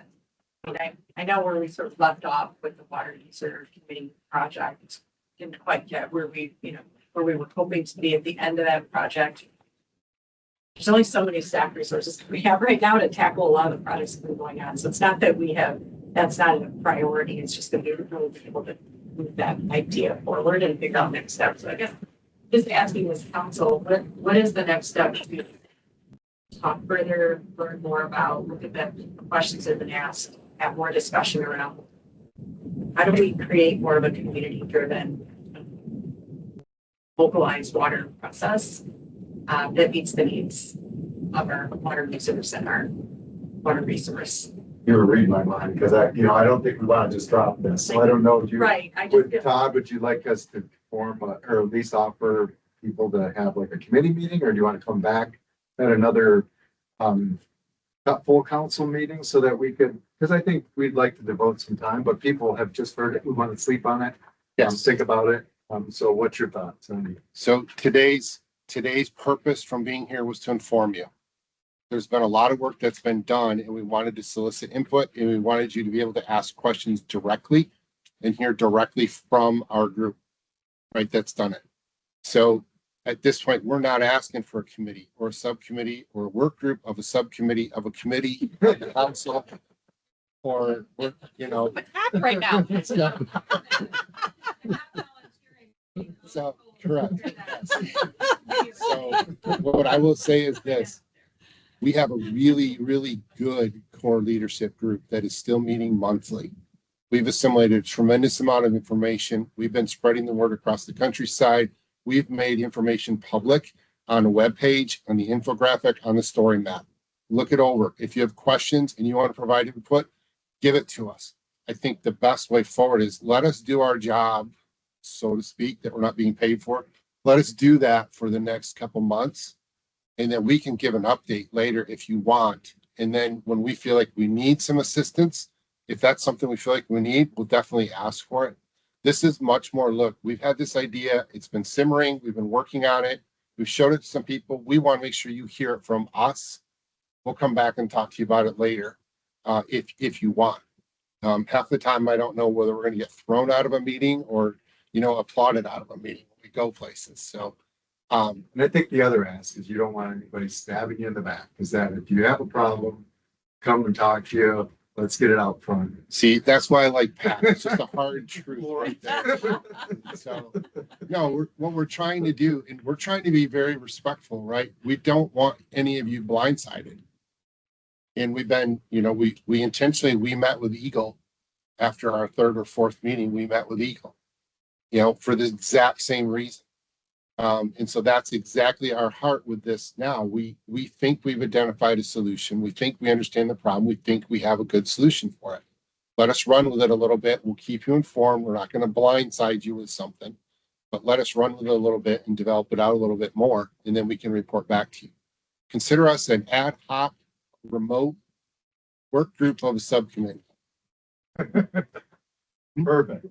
Well, yeah, go ahead. One follow-up question, and I'm going to build on what I said to you earlier in the comments from there. So I'm a community planner and I'm a lawyer, and I'm on a planning commission right now. And I can tell you, the local government does something that folks in the community don't like. Government is corrupt and wrong, and it's helping out those users and not really pushing public trust. At the same time, the government is trying to protect the public interest. So my guess is the starting point of all of the folks in Eagle is we're trying to conserve the state's water supply, and we're worried that it's becoming drained. And what you're proposing in the alternative actually sounds attractive to me in a lot of ways. And I get that water users don't want to consult their neighbors, pardon my language, and want to live with them. But by definition, you're a group of water users who are the large capacity withdrawers who are going to cut over the process. And the starting position seems to be, we don't think you're letting us use enough water. We think there's more there than what you're telling us, and we should be allowed to withdraw more. And that may not be what you're saying, but that's what people are going to hear. That's going to be what the starting position is. So I think the recommendation that you figure out how to fold in, and recognizing that models are all bad, some of them are useful, and they've got subjective elements to them, folding in some kind of mechanism to make sure that there's more meaningful participation by the others who will be affected than just they want to get along with their neighbors is going to be really important, so that you can be sure that you're providing scientific credibility, but also fair process and fair communication. So whatever mechanisms you can fold into your efforts to provide for some kind of feedback mechanisms, I think will do a lot to play out the promise of what you said could happen, but I don't see that it necessarily would unless it's really carefully crafted that way. So I'm all for getting the better stewardship, starting from different sides, people come from different perspectives, but you're going to be perceived as the user group that's creating a mechanism to make sure that users get to withdraw the water they think they deserve to withdraw, and you're a special interest group. I think that's the danger that you're. Well, there's a deeper danger here as well. You know, at this point in time, growers are primarily perceived as people who destroy the earth, or who damage things. And what you're really talking about isn't the data and the science. What you're really talking about is messaging. And so it's a messaging issue. And how do you message that? I don't know if I stand up in a room and say, I'm a professional hydrogeologist with 25 years experience, and I'm telling you that water level is not being affected by that well. That's way different than me standing up in a room and saying, I've been measuring this aquifer for the last 4 years, and here's what I see, or here's what you can see, here's what it is. To me, that's really the only messaging that I've found over the years that has any sort of an impact. Otherwise, it's just one opinion versus another. Yeah, in communication, and it cuts both ways too. Like if the state is really saying we're out of water, and we're not out of water, that's crying wolf. But then pretty soon nobody's going to believe the state anymore. I actually would like to. It's not just a messaging thing. It's like it's more than that. I mean, it's more substantive than that. It's not just did I communicate to you well.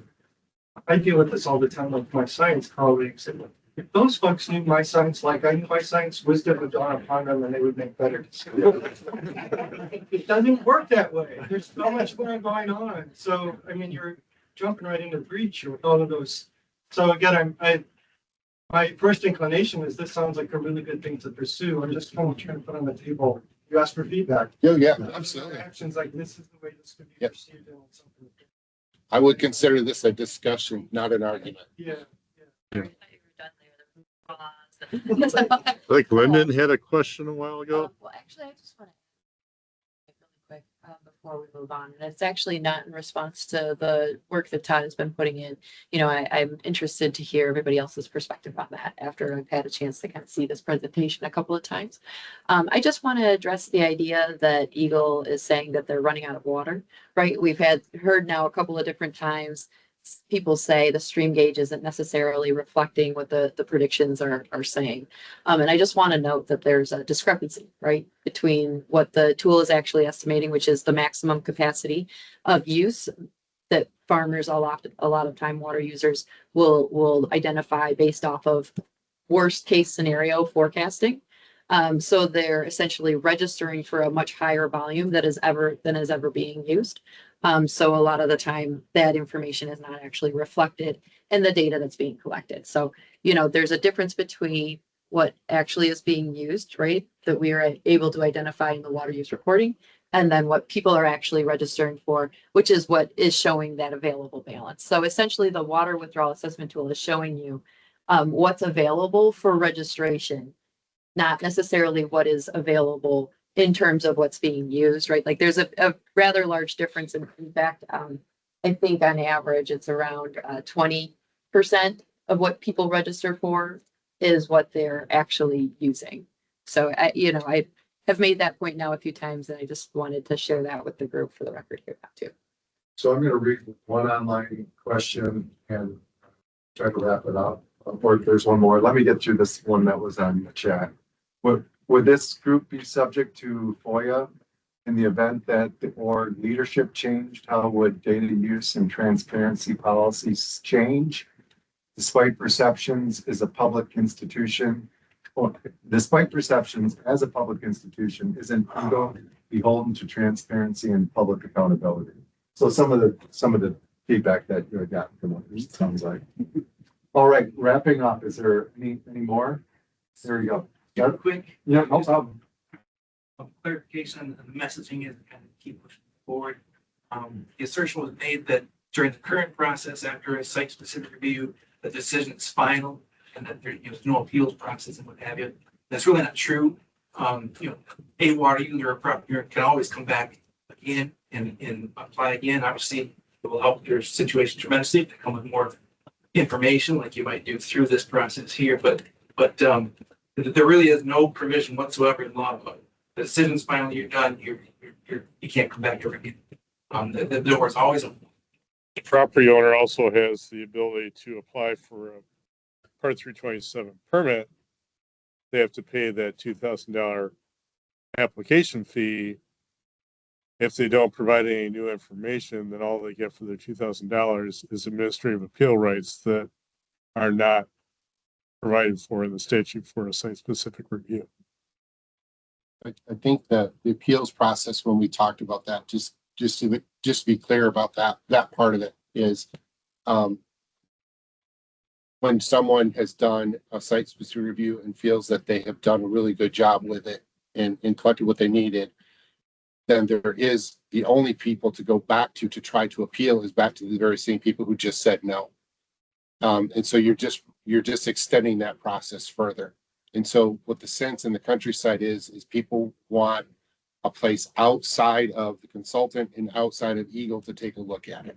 That's what they're after. And I think that's a healthy thing. I don't think that that's a bad thing. It can make things uncomfortable at times, for sure. But I think as far as transparency goes and building trust into the process, I think that that's a healthy thing for us to consider doing.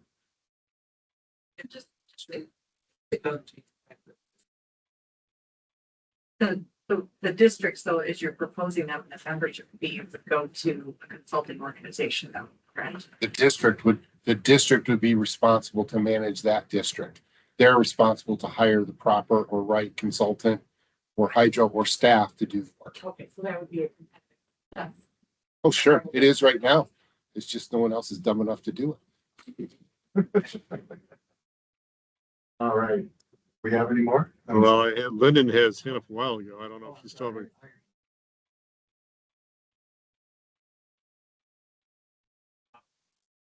I heard you say that we would do monitoring. In fact, I think you said maybe Cass County would have 50. Yes. In the end. Could those continue to be monitored? Could we end up to a basis where we could make more decisions on actual data being monitored? Yes. And the longer the data record goes, the more powerful it is. 18, 19, and 20 were wet years. If you started monitoring in 18 and 19 and you looked at it in 21, you'd be like, oh my goodness, it's a depleting system. But if you look at the years before, during, and then after, you clearly see that those were wet years and it wasn't a decline, it was precipitation. The data gets stronger the longer the period of record is. All right. Well, I do appreciate everybody staying late. It was a really good conversation. I thought we might as well just keep it going a little bit. So with that, we will have a motion to adjourn. Motion. Thank you, everybody. Bye, everybody. Thanks. That for the power. Oh, I know. I know you're like, I'm like, why is